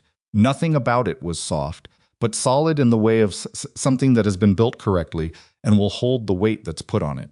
He turned his hand under hers and held it with the same directness with which he did everything. And she felt the warmth of it, her arm, like a decision she had already made, and was only now confirming. "The Dakar artist," she said, not letting go. "When Jae-suk sends the formal offer Monday, I'm going to need access to your international shipping contacts. The installation work requires freight handling that the gallery can't cover alone." Do-hyun's expression shifted into something that was, finally, entirely a smile. "I'll send you the contact Monday." "Good." She stood, kept his hand. "I need to eat something, and I need it to be actual food and not conference room pastries." "I know a place," he said. "Of course you do." She picked up her coat with her free hand. "Tell me about it on the way." They left the gallery together at 7:47 p.m., and Zariah Monroe locked the door of Monroe Contemporary behind her, with the same key she had used for 3 years, on a night that felt like the first page of something she hadn't read yet, in a city she had claimed as hers, beside a man whose whole truth she now had and had decided, with the full, deliberate, unmanaged clarity of someone who had learned exactly what the alternative cost was worth the weight of knowing. 3 days later, Yoon-ji called at 9 a.m. on a Thursday. "He signed," she said. Zariah was standing in the gallery. The Dakar artist's formal offer was open on her laptop beside a freight logistics quote from one of Do-hyun's contacts that was significantly more favorable than anything she'd been able to arrange independently. The fall exhibition calendar was taking shape on the wall beside her desk. Pinned photographs of work, timeline cards, the visible skeleton of something she had been building for 6 months. And that was now, against every reasonable expectation, on track. "When is it finalized?" Zariah said. 60 days from today. Standard processing." Yoon-ji paused. "The fraud investigation is moving separately. The handwriting analysis has been expedited. Lim has a contact. Preliminary results in 3 weeks. And when those come back, then Monroe Capital Advisory is formally removed from any active inquiry as it relates to you, and the investigation refocuses entirely on Taewon and the fund principles." Another pause. You're going to be free of this, Zariah. Both of them. Zariah looked at the exhibition wall. At the pinned photographs of the Dakar artist's work, those large, pressurized compositions that resisted naming, that kept making your eye search for a center, and find instead another layer of meaning behind the first. She thought about the first night in Busan, standing in front of that painting, saying, "A sound like green wood splitting. He wants the distortion that happens when you reconstruct something you lived instead of something you recorded." She had been doing that. For 3 years, she had been reconstructing something she'd lived and giving it the shape of what she wanted it to be, rather than what it was. She had seen Taewon through the filter of what she hoped he was, and called it faith, and called it commitment, and called it love, and it had cost her 2 years of careful, solitary work to hold together something that had never had a real foundation. Painting was still in Busan. She had put in a bid before she left, through the auction house, on behalf of the gallery. The bid was accepted the following week. It would arrive for the fall exhibition as the anchor piece. The first thing visitors would see when they walked through the door of Monroe Contemporary, a work about the difference between memory and record, about the specific courage required to look at something that happened to you and see it as it was instead of as you needed it to be. She had chosen it before she knew all of this. Sometimes you know things before you know them. "Yoonji," she said. "Thank you. For all of it." "Don't thank me yet," Yoonji said, but her voice had warmth in it. 60 days. 60 days, Zariah said. She hung up and looked at the wall, at the skeleton of the fall exhibition, at the anchor piece's placeholder, a printed image of the painting, pinned at the center, surrounded by everything she was building around it. Then her phone buzzed. "Do-hyun, dinner night. I have something to show you." She looked at the message, at the exhibition wall, at the city outside the gallery windows, Seoul moving through a Thursday morning with the total magnificent indifference of a place that does not adjust its pace to anyone's personal history. She typed back, 7. "Don't be late." His response was immediate, "I'm never late," which was true. She had been accumulating evidence of this for 3 weeks, and it remained, without exception, true. She put her phone in her pocket and turned back to the exhibition wall and began to work, in the specific, alive, forward-facing way of someone who has finally put down the weight of a fiction they'd been carrying and found, to their surprise, that their hands were not empty, they were free, and there was a great deal left to build, and the ground beneath her feet was, for the first time in a very long time, exactly what it appeared to be. That evening, over dinner at a restaurant in Itaewon that Do-hyun had known for years, and that turned out to be small and impeccably good and run by a woman in her 60s who greeted him by name and looked at Zariah with the calibrated assessment of someone who had been watching the people in this man's life for a long time and had decided she was relevant information. Do-hyun reached into the inside pocket of his jacket and placed a folded document on the table between them. Zariah looked at it. "What is this?" "The Kang family has a property in Manhattan," he said. "Commercial space, currently being renovated. It will be available in 14 months. He held her gaze. "I've been thinking about what Monroe Contemporary looks like at the next scale." She opened the document slowly.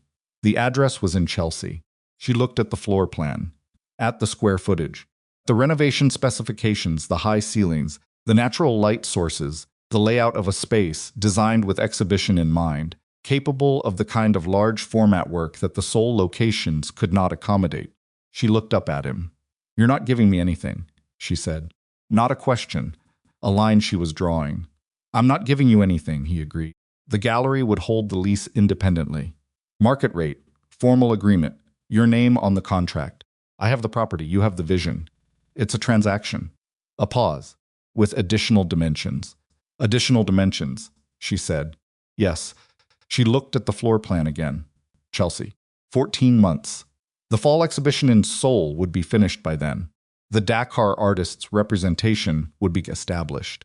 The Singapore Collectors Partnership was moving towards something formal. The runway she had been building, piece by piece, for 3 years, was long enough now to support the next step. She folded the document.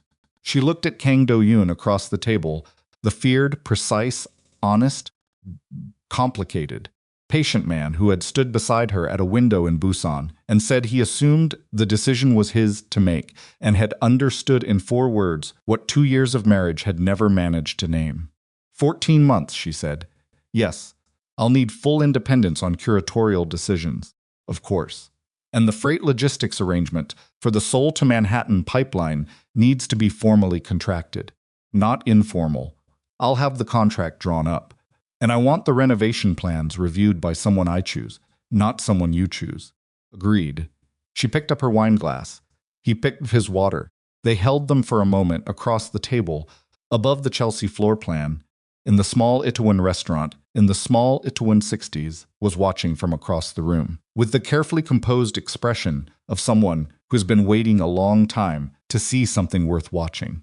To transactions, Zariah said, with additional dimensions. To additional dimensions, Do-hyun said. They drank. And outside the restaurant window, Seoul moved through its Thursday evening with the familiar, magnificent indifference of a city that does not pause for anyone but Zariah Monroe, for the first time in a very long time, was not trying to catch up to it, or hold her position against it, or prove she belonged in it. She was simply in it building. And what she was building was, at last, exactly what she intended it to be.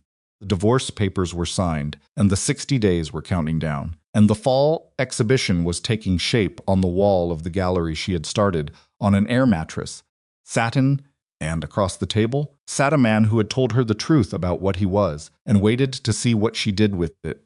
And in 14 months, there would be a space in Chelsea with her name on the lease and her vision on the walls. And none of it, not one single piece of it, had been given to her. She had chosen it, all of it. Even the parts that were going to be hard, especially those. The handwriting analysis came back in 19 days. Lim Byung-chul called at 8:14 on a Tuesday morning while Zariah was standing in the gallery kitchen waiting for coffee to finish brewing, still in her coat because she had arrived early and the space hadn't warmed yet, and he delivered the result in the same graveled, unhurried voice he used for everything. Forensic conclusion is definitive, he said. The signature on the Monroe Capital Advisory Registration documents does not match any known signature sample from Zariah Monroe across any legal documentation from the last 5 years. The deviation is significant enough that no competent analyst will argue it. I've already filed the report with Han Dong-wook's team. Zariah held the phone and listened to the coffee maker finish its cycle. What happens now, she said. Han Dong-wook formally removes you from the active inquiry. Monroe Capital Advisory is reclassified as a vehicle established without your knowledge or consent. Your gallery address is flagged as having been used fraudulently. A pause. You'll receive written confirmation within 72 hours. After that, your name is clean. His attorney is negotiating cooperation terms. He's providing documentation on the fund structure in exchange for a reduced charge. He will not escape prosecution. Lim paused again, a different kind of pause, one she had learned to read as him deciding how much to add. He's looking at a significant fine and a suspended sentence with conditions, possibly more, depending on how the cooperation goes. He will not go to prison unless the fund principals he's naming decide to complicate things. Will they? They might. His voice was neutral. That's no longer your concern. She poured her coffee. No, she said. It isn't. She thanked him. He told her not to thank him yet, which was what competent people always said, and which she had come to understand meant the same thing as thank you received. She hung up and stood with her coffee in the cold kitchen of Monroe Contemporary, and let the knowledge settle through her. The way genuinely good news settles, not with the sharp relief of a crisis resolved, but with something quieter and more permanent, like ground firming up under feet that had been finding uncertain purchase for a long time. 19 days. In those 19 days, the fall exhibition had moved from skeleton to full scaffold. The Dakar artist's formal agreement had been signed. The freight logistics arranged through Do-hyun's contact at a rate that made Min-ji look at the invoice twice before filing it. The Singapore collector, a soft-spoken man in his late 60s, named Vincent Tan, who had been circling Monroe Contemporary for 6 months, with the patient attention of someone who knew what he wanted and was simply waiting for the right moment, had flown to Seoul, spent 2 days in conversation with Zariah across back-to-back meetings that were less like business negotiations and more like the extended audition of two professionals, assessing whether the other's eye was worth trusting, and had left with a partnership agreement in his briefcase and the particular satisfied expression of a man who had gotten exactly what he came for. The Chelsea floor plan was still on Zariah's desk. She looked at it sometimes late in the day when the gallery was empty, not with urgency, not with the pressure of a timeline, but with the specific quality of attention she gave to things that were real and in progress and required care.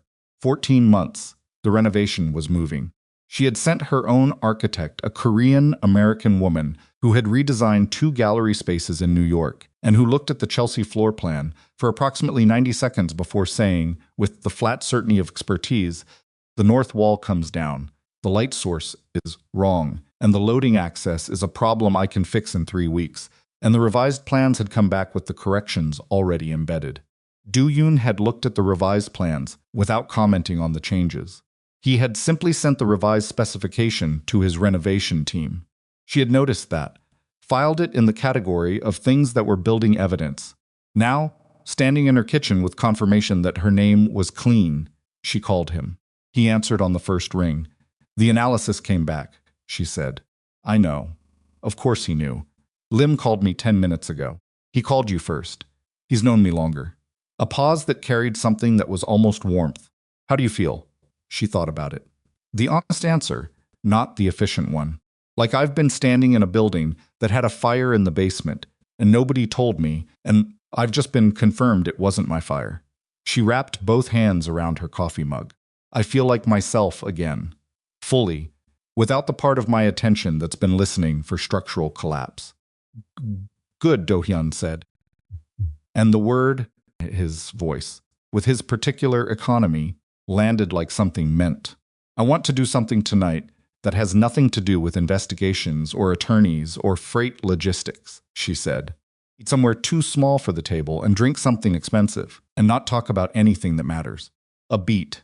I know exactly the place. You always know the place." "Yes," he said without apology. She smiled at her coffee. It was the specific smile of someone who has stopped being surprised by a thing and started being grateful for it instead. They went to a restaurant in Yuljiro that was so narrow. The tables touched the walls on both sides, and the menu was handwritten and changed daily. And the owner, a man in his 70s who had been cooking in this space for 31 years, did not give menus to people he recognized. He brought what he felt like bringing. You ate it.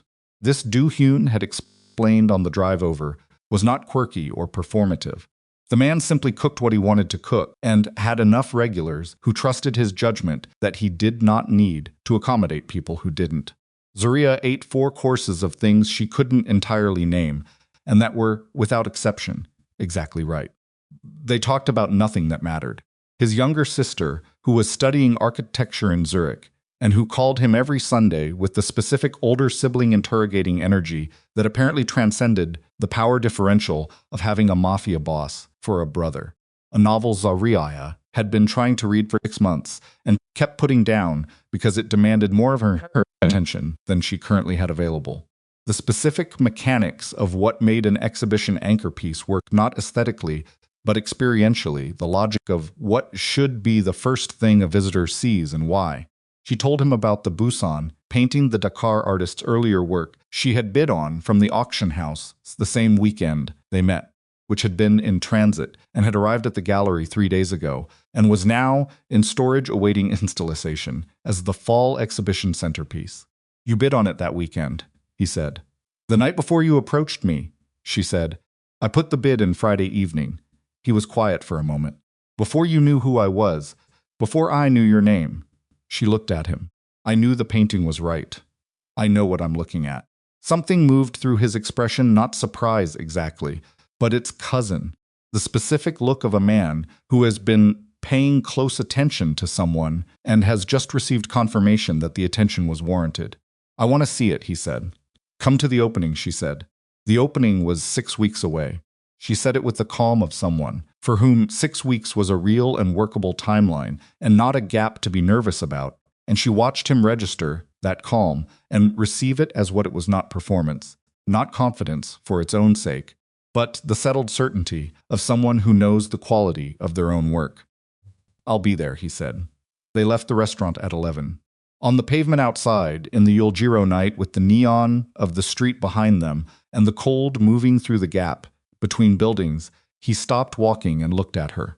I have something to say, he said, and I want to say it without it being the middle of a negotiation or a crisis or a logistics conversation. All right, she said. I have been careful with people for a very long time, Do-hyun said. Not dishonest. Careful. There's a difference. I give people what I think they can handle, and I keep the rest at a distance, and I've been doing it long enough that I stopped noticing the distance.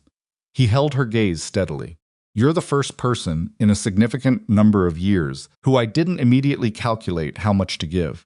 The street noise continued around them. A taxi moved through the intersection. Somewhere above them, a window went dark. Why, she said. Not rhetorical, the actual question. Because you weren't paying attention to me, he said. You were looking at the painting.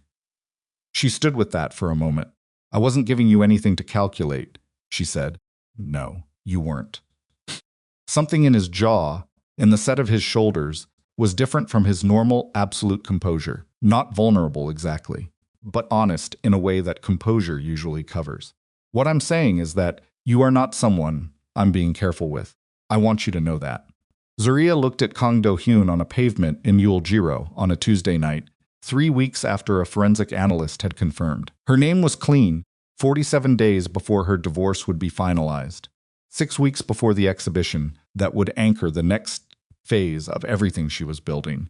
And she felt the specific, unromanticized weight of a real thing, not the bright, uncomplicated certainty she'd felt at the beginning of her marriage, when she had mistaken the absence of doubt for the presence of affection, but something with more density and more texture, and significantly more honesty about what it would require. She stepped forward and kissed him, not tentatively, not as punctuation to the conversation, as a decision, made fully, with the same deliberate quality she brought to every decision that mattered the least: the gallery, the divorce filing, the bid on the painting in Busan the night before she met him. He kissed her back with the same quality he brought to everything, which was complete attention and no performance. Once they stepped apart, he was looking at her with an expression she hadn't seen on his face before, not the composed assessment she was used to, not the precise warmth of someone measuring what to give, but something simpler and more unguarded than either. 6 weeks, she said, to the opening. 6 weeks, he agreed. She went home to Sarah's. She had not gone back to the penthouse since the day she packed her things, and the final move of her remaining belongings had been handled by a service she'd arranged through the building management, quietly and without drama. She had found a short-term apartment in Mapo, close to the gallery, with windows that looked onto a street full of restaurants that smelled like garlic and sesame in the evenings. And it was smaller than the penthouse by a considerable measure and felt, despite that or because of it, like a room that was actually hers. She had gone back to the penthouse once more 3 weeks earlier for the final walkthrough required by the divorce proceedings. She had gone alone without Sarah because she had decided she wanted to do it alone, to stand in the space by herself, and let it be what it was, without anyone else's presence shaping how she carried it. Penthouse was mostly empty by then. Taewon had removed his things. The furniture that was jointly owned had been inventoried. The art on the walls pieces she had placed there over 3 years, each one chosen with the specific deliberateness of someone for whom art is not decoration, but a way of deciding what to look at every day, had been catalogued for division. She had stood in the living room for a while. She had thought about the first year, which had been genuinely good in ways she was not going to erase from the record simply because of what came after. She had thought about the meals and the arguments and the weekend in Jeju with the windows down and the coastline moving past and the simple, available happiness of two people who were, at that moment, enough for each other. She had thought about the moment splitting. She had thought about the moment the distance closed it, without understanding that the gap was not a gap in their connection, but a gap in his honesty, and that you cannot close a gap whose real location has been hidden from you. She had thought about the boy, the infant in the photograph with his father's eyes, who was not a prop in Taewon's narrative, and not a symbol of the betrayal, and not a complication in the legal proceedings, who was a person 4 months old and then 5 months old, and counting, whose existence had required 2 people to make choices, and who deserved none of the chaos those choices had generated. She had not felt the anger in the penthouse that she might have expected. What she felt was something closer to the specific sadness of recognizing that something was over, not what it had become, but what it had been at the beginning, which had been real enough that it had earned the sadness of its ending. Then she had walked through each room, confirmed the inventory, and left the key with the building management. She did not look back at the building when she walked out. The day the divorce was finalized was a Thursday in February. She was in the gallery. She was always in the gallery, it was, and had always been, the place where she was most completely herself. And on a day that was going to have weight, she wanted to be somewhere that held her shape correctly. Yoonji called at 2:17 p.m. "It's done," she said. "Finalized as of 11 this morning. The documentation is processing." Zariah was standing in front of the installation wall, where the fall exhibition now existed, not as a skeleton or a scaffold, but as a nearly completed thing. The Dakar painting hung at the center, the surrounding works positioned and lit with the precision of a composition she had been building in her head for 6 months, and that had arrived, as these things sometimes do when you know what you're doing, as exactly what she'd intended. "Thank you, Yoonji," she said, "for all of it." "Take care of yourself," Yoonji said, which from her was the warmest thing she said. Zariah stood in front of the painting for a long time after the call ended. It was larger in person than photographs communicated. The scale of it changed the experience of being in front of it, forced a kind of submission to the visual field that smaller work didn't require. The composition still did the thing she had noticed in Busan, made your eye search for a center and find instead another layer of meaning behind the first. Bodies in motion, or bodies in collapse, color used like pressure, the whole thing assembled from the specific kind of memory that is honest about its own distortion. She had bought it the night before she met Do-hyun. She had not known then what she was buying it toward.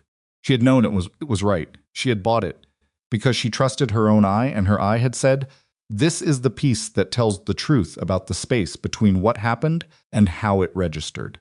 The truth about the space between what happened and how it registered.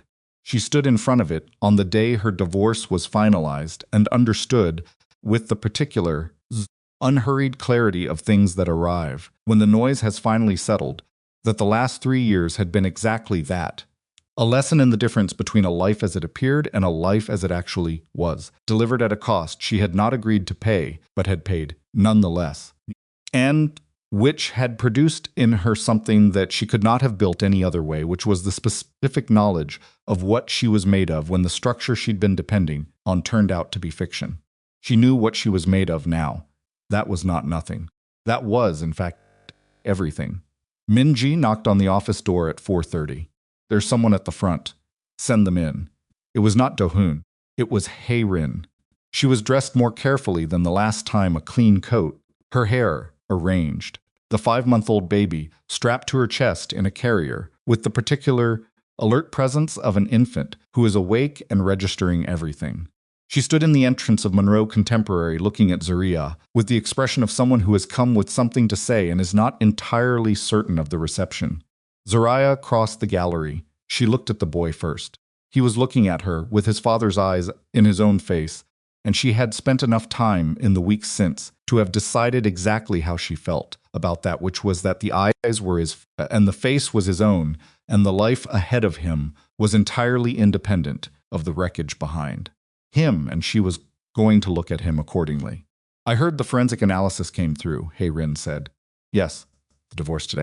Zariah studied her. "How did you know today?" "Taewon told me." Hae-rin's voice was even. "He called this morning. He told me both things at the same time." A pause.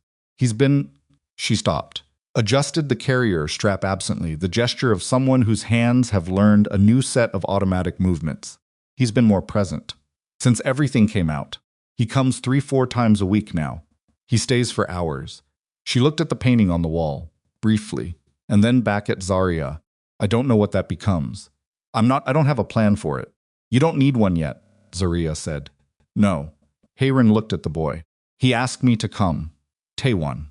He said he thought you deserved to hear from someone who saw all of it that you were." Her jaw tightened with the specific effort of someone delivering a message they have decided to deliver. Correctly, regardless of the personal cost of composure. That you were never the problem he made you out to be. That what he told me about you was wrong. All of it. She looked up. He wanted me to tell you that. Zariah received this with the stillness of someone who has arrived, after a long time, at a place far enough from the original wound that messages from its source don't open it back up. I know that, she said. I've known it. But thank you for coming. Hae-rin nodded. She looked around the gallery at the installation, the lighting, the anchor painting on the far wall, with the particular attention of someone who is seeing a thing clearly for the first time. He used to say you neglected everything for this place, she said. I know, he was wrong about that too. Yes, Zariah said. He was. The baby made a sound not distressed, just present, the sound of an infant announcing its continued existence to the room, and Hae-rin looked down at him with the involuntary, total focus expression of new parents everywhere, stripped of every layer of composed management by the simple fact of the child's reality. Zariah said, yes. A small complicated pause. I named him before I knew. She stopped. I would have chosen differently. But it's his now. I'm not going to change it because of what his father did. No, Zariah said. Don't. They stood in the gallery for another moment. Two women who had each been positioned inside a fiction authored by the same man, who had found each other on the outside of it, who were not friends and were not enemies and were something. The language did not have a clean category for witnesses to the same thing from different angles, each holding a piece of the picture the other couldn't see from where she stood. Take care of him, Zariah said. Not advice, not instruction, just the only thing that was true and simple and without complication. I will, Hae-rin said. She left. Zariah checked her through the gallery window, the careful walk of someone carrying something precious and fragile, navigating the pavement with the new, adjusted gait of a mother who has learned to move through the world differently. Then she turned back to the painting. The exhibition opened on a Saturday in late March. Seoul in late March had the particular quality of a city that has survived another winter and is registering, with cautious, conditional pleasure, the evidence of warmer air. The cherry trees in Yeouido were not yet in full bloom but were close enough that people were already making plans, and the streets around Monroe Contemporary had the slightly elevated energy of a city beginning to remember that it enjoys itself. The opening was not the largest event Zariah had mounted. It was not the flashiest or the most attended by the metric of bodies in a room. But it had a quality she had been building toward for 3 years, which was the quality of a thing assembled exactly as intended, not adjusted for external opinion, not softened for a market she wasn't sure was ready, not calibrated to the taste of the room rather than the truth of the work. Jae-suk was there. Vincent Tan had flown in from Singapore. Sarah was there with her camera because she had asked to document the opening, and Zariah had said yes in the specific way you say yes to things that feel important to have recorded.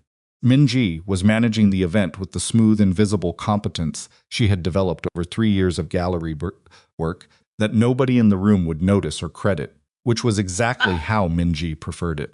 Lim Byung-chul came. Zariah had not expected that. He arrived at 7:30, stood in front of the anchor painting for an unusually long time for a man who, she suspected, did not spend significant portions of his professional life in galleries, and then found her across the room and said simply, "Good work." Then he accepted a glass of wine from a passing tray and spent the rest of the evening in a corner, having what appeared to be a very focused conversation with Vincent Tan, which she noted and filed. Yoon-ji came at 8, stayed for 45 minutes, looked at 3 pieces with genuine attention, told Zariah that the divorce finalization documentation would be in her hands Monday, and left with the contained, efficient warmth of a woman who has done her job well and knows it. Do-hyun arrived at 8:30. She saw him from across the room, saw him the way she had seen him in Busan, registered first as a change in the quality of the air rather than as a visual fact, and by the time she had the thought fully formed, he was already inside and already looking at her across the space. He was in a dark suit, no tie, the same quality of presence he carried everywhere contained, still occupying his own space without requiring anyone to acknowledge it. The room shifted slightly around him, in the way rooms shift when someone enters who has a certain kind of weight, and several of the people nearest the door moved their eyes toward him, and then, away with the practiced indifference of people who recognize a name and have decided the polite response is to perform, not recognizing it. He crossed the room to her. His eyes moved briefly to the anchor painting, on the far wall the Busan painting, installed at the center of everything, and she watched something register in his face. "That's the one," he said when he reached her. "Yes." He looked at it from across the room for a moment. At the compressed, pressurized composition, the bodies in motion or collapse, the color that functioned like physical force. "You bought it before you knew what it was for." "I knew what it was for," she said. "I just didn't know the rest of it yet." He turned to look at her. And in the particular, unguarded way of someone who has spent an entire life being careful and has decided, in the presence of one specific person, to put that down, he simply looked at her. No calculation, no management. Just Do-hyun, looking at Zariah, in the gallery she had built, in the city she had claimed, on the night the thing she had been assembling finally stood exactly as she intended it. "It's extraordinary," he said. "Not the painting. Or not only the painting." "I know," she said. Not false modesty, not performance. Just the honest answer of someone who knows the quality of her own work. They stood together, while the opening moved around them conversations. The soft percussion of glasses, the specific acoustics of a full room in a high-ceilinged space, the occasional burst of laughter from a cluster near the back wall.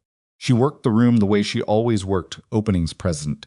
Specific, moving from conversation to conversation with genuine attention rather than social management, because she had learned early that the difference between a gallery director who was good at her job and one who was merely competent at the performance of it was whether the attention was real.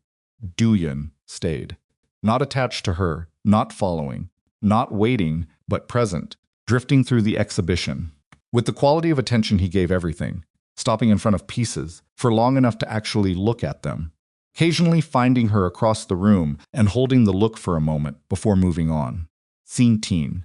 At 10 o'clock, when the opening was winding toward its natural end and the room had thinned to the people who were staying because they wanted to, rather than because the event required it, Zariah found herself standing in front of the anchor painting, alone, for the first time all evening. She stood with it. She thought about the woman who had driven to Busan alone, 3 weeks into a separation she hadn't wanted, who had stood in a warehouse in Hyundai, with the knowledge of a hidden folder sitting inside her chest like ballast, a sound like green wood splitting, who had looked at this painting and understood something about the difference between record and memory before she could have explained why it mattered.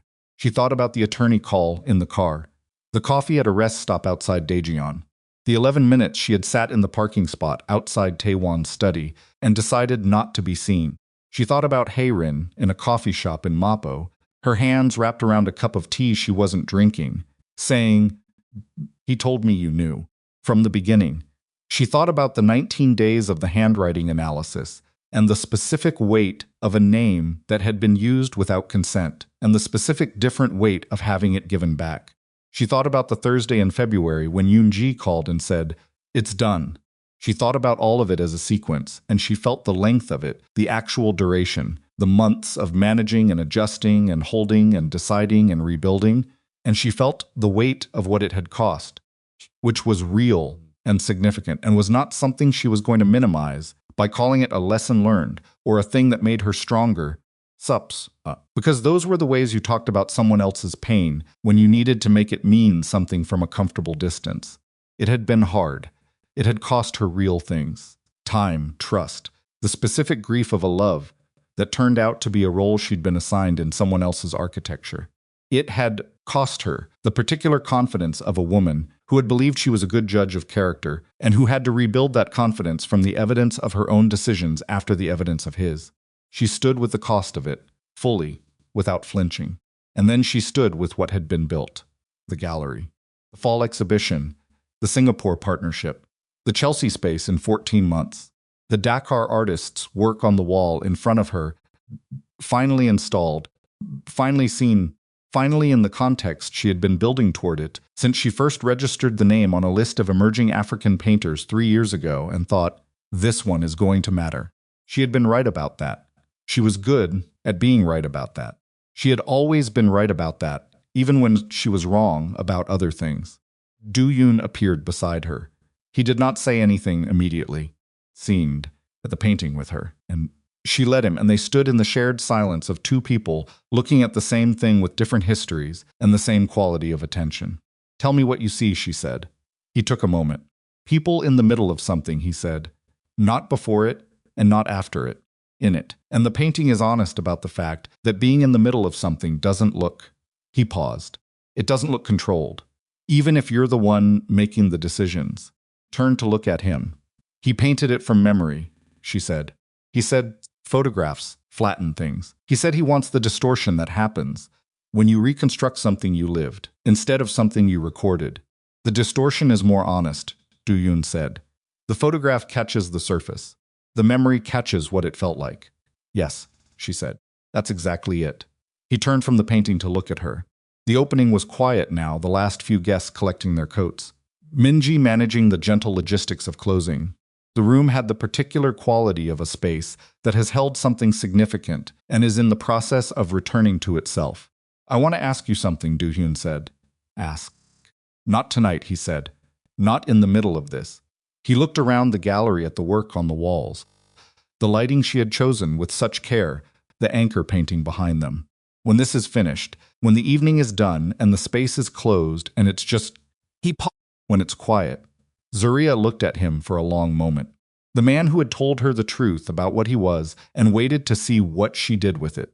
The man who had sent her a name at midnight and a Chelsea floor plan over dinner, and who came to her gallery opening at 8:30 and stayed until the room was quiet. All right, she said, when it's quiet. It was quiet at 11:45. Guest had gone. Min Ji had finished the closing procedure with her usual efficient invisibility and said good night with the composed warmth of someone who had been paying attention to her director's life for 3 years and had decided, wisely, that her job was the gallery and not the commentary. The catering company had cleared their equipment. The lights had been brought down to the low settings she used for closing, which turned the gallery into something different, the same space, but gathered into itself, the work on the walls holding its own light. Do-hyun was still there. He was standing near the anchor painting. She came to stand beside him, and they both looked at it in the low light. And it was different in this light than it had been in the full opening illumination, the figures more ambiguous. The color less immediate, the whole composition suggesting rather than declaring, which was its other quality, the one you only saw when the room was quiet enough to listen. What did you want to ask? She said. He turned to face her. And she saw it in his face before he said it, not uncertainty, not the practiced language of a man making a move, but something more unguarded than either of those things. The specific expression of someone who is about to say a true thing out loud for the first time. I want to ask if you'll build this with me, he said. Not the Chelsea space, not the logistics or the network or the business. He held her gaze steadily. I want to ask if you'll build an actual life with me. Knowing what I am and what it costs, and that the transition takes years, and some of those years will be complicated in ways I can't fully predict. He paused. I'm asking because I want to. Not because it's strategic or convenient, or because the timing is right. Because I have been looking at my life for a long time, and you are the first person I have looked at and thought. He stopped. Started again. I thought, I want to look at her every day. I want to be looked at by her. I want to be in the middle of something with her. The gallery was very quiet. Outside, Seoul was being sold loud and indifferent and beautiful in the specific way of cities that have survived everything and intend to survive whatever comes next. Zariah stood in the space she had built with an air mattress and convenience store food and 2 years of her own absolute certainty in front of a painting she had bought before she knew fully what it was for, beside a man who had told her the truth and waited. And she felt the weight of everything that had brought her to this exact set of coordinates, the good and the bad, and the costly and the earned, and she held it without flinching, which she could do now, because she knew what she was made of. I have conditions, she said, as she always did, because she was someone who knew the value of her own, yes. The corner of his mouth moved. I know, they're the same conditions, she said, not the logistics, the real ones. I remember them. Then you know my answer, she said. He looked at her. The low gallery light was on his face, and she looked back at him with the same quality of attention she gave everything she decided was worth her full regard.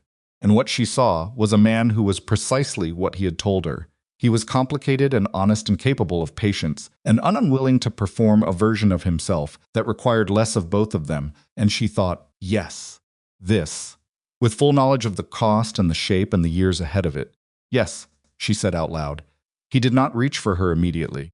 He held her gaze for a moment that contained the weight of both their histories, what had brought each of them to this room, what it had cost, what it had built, and then he moved his hand and she took it. The same way she had taken it across the desk, in her office the night everything broke open. With the same deliberate quality of a choice made fully and without performance.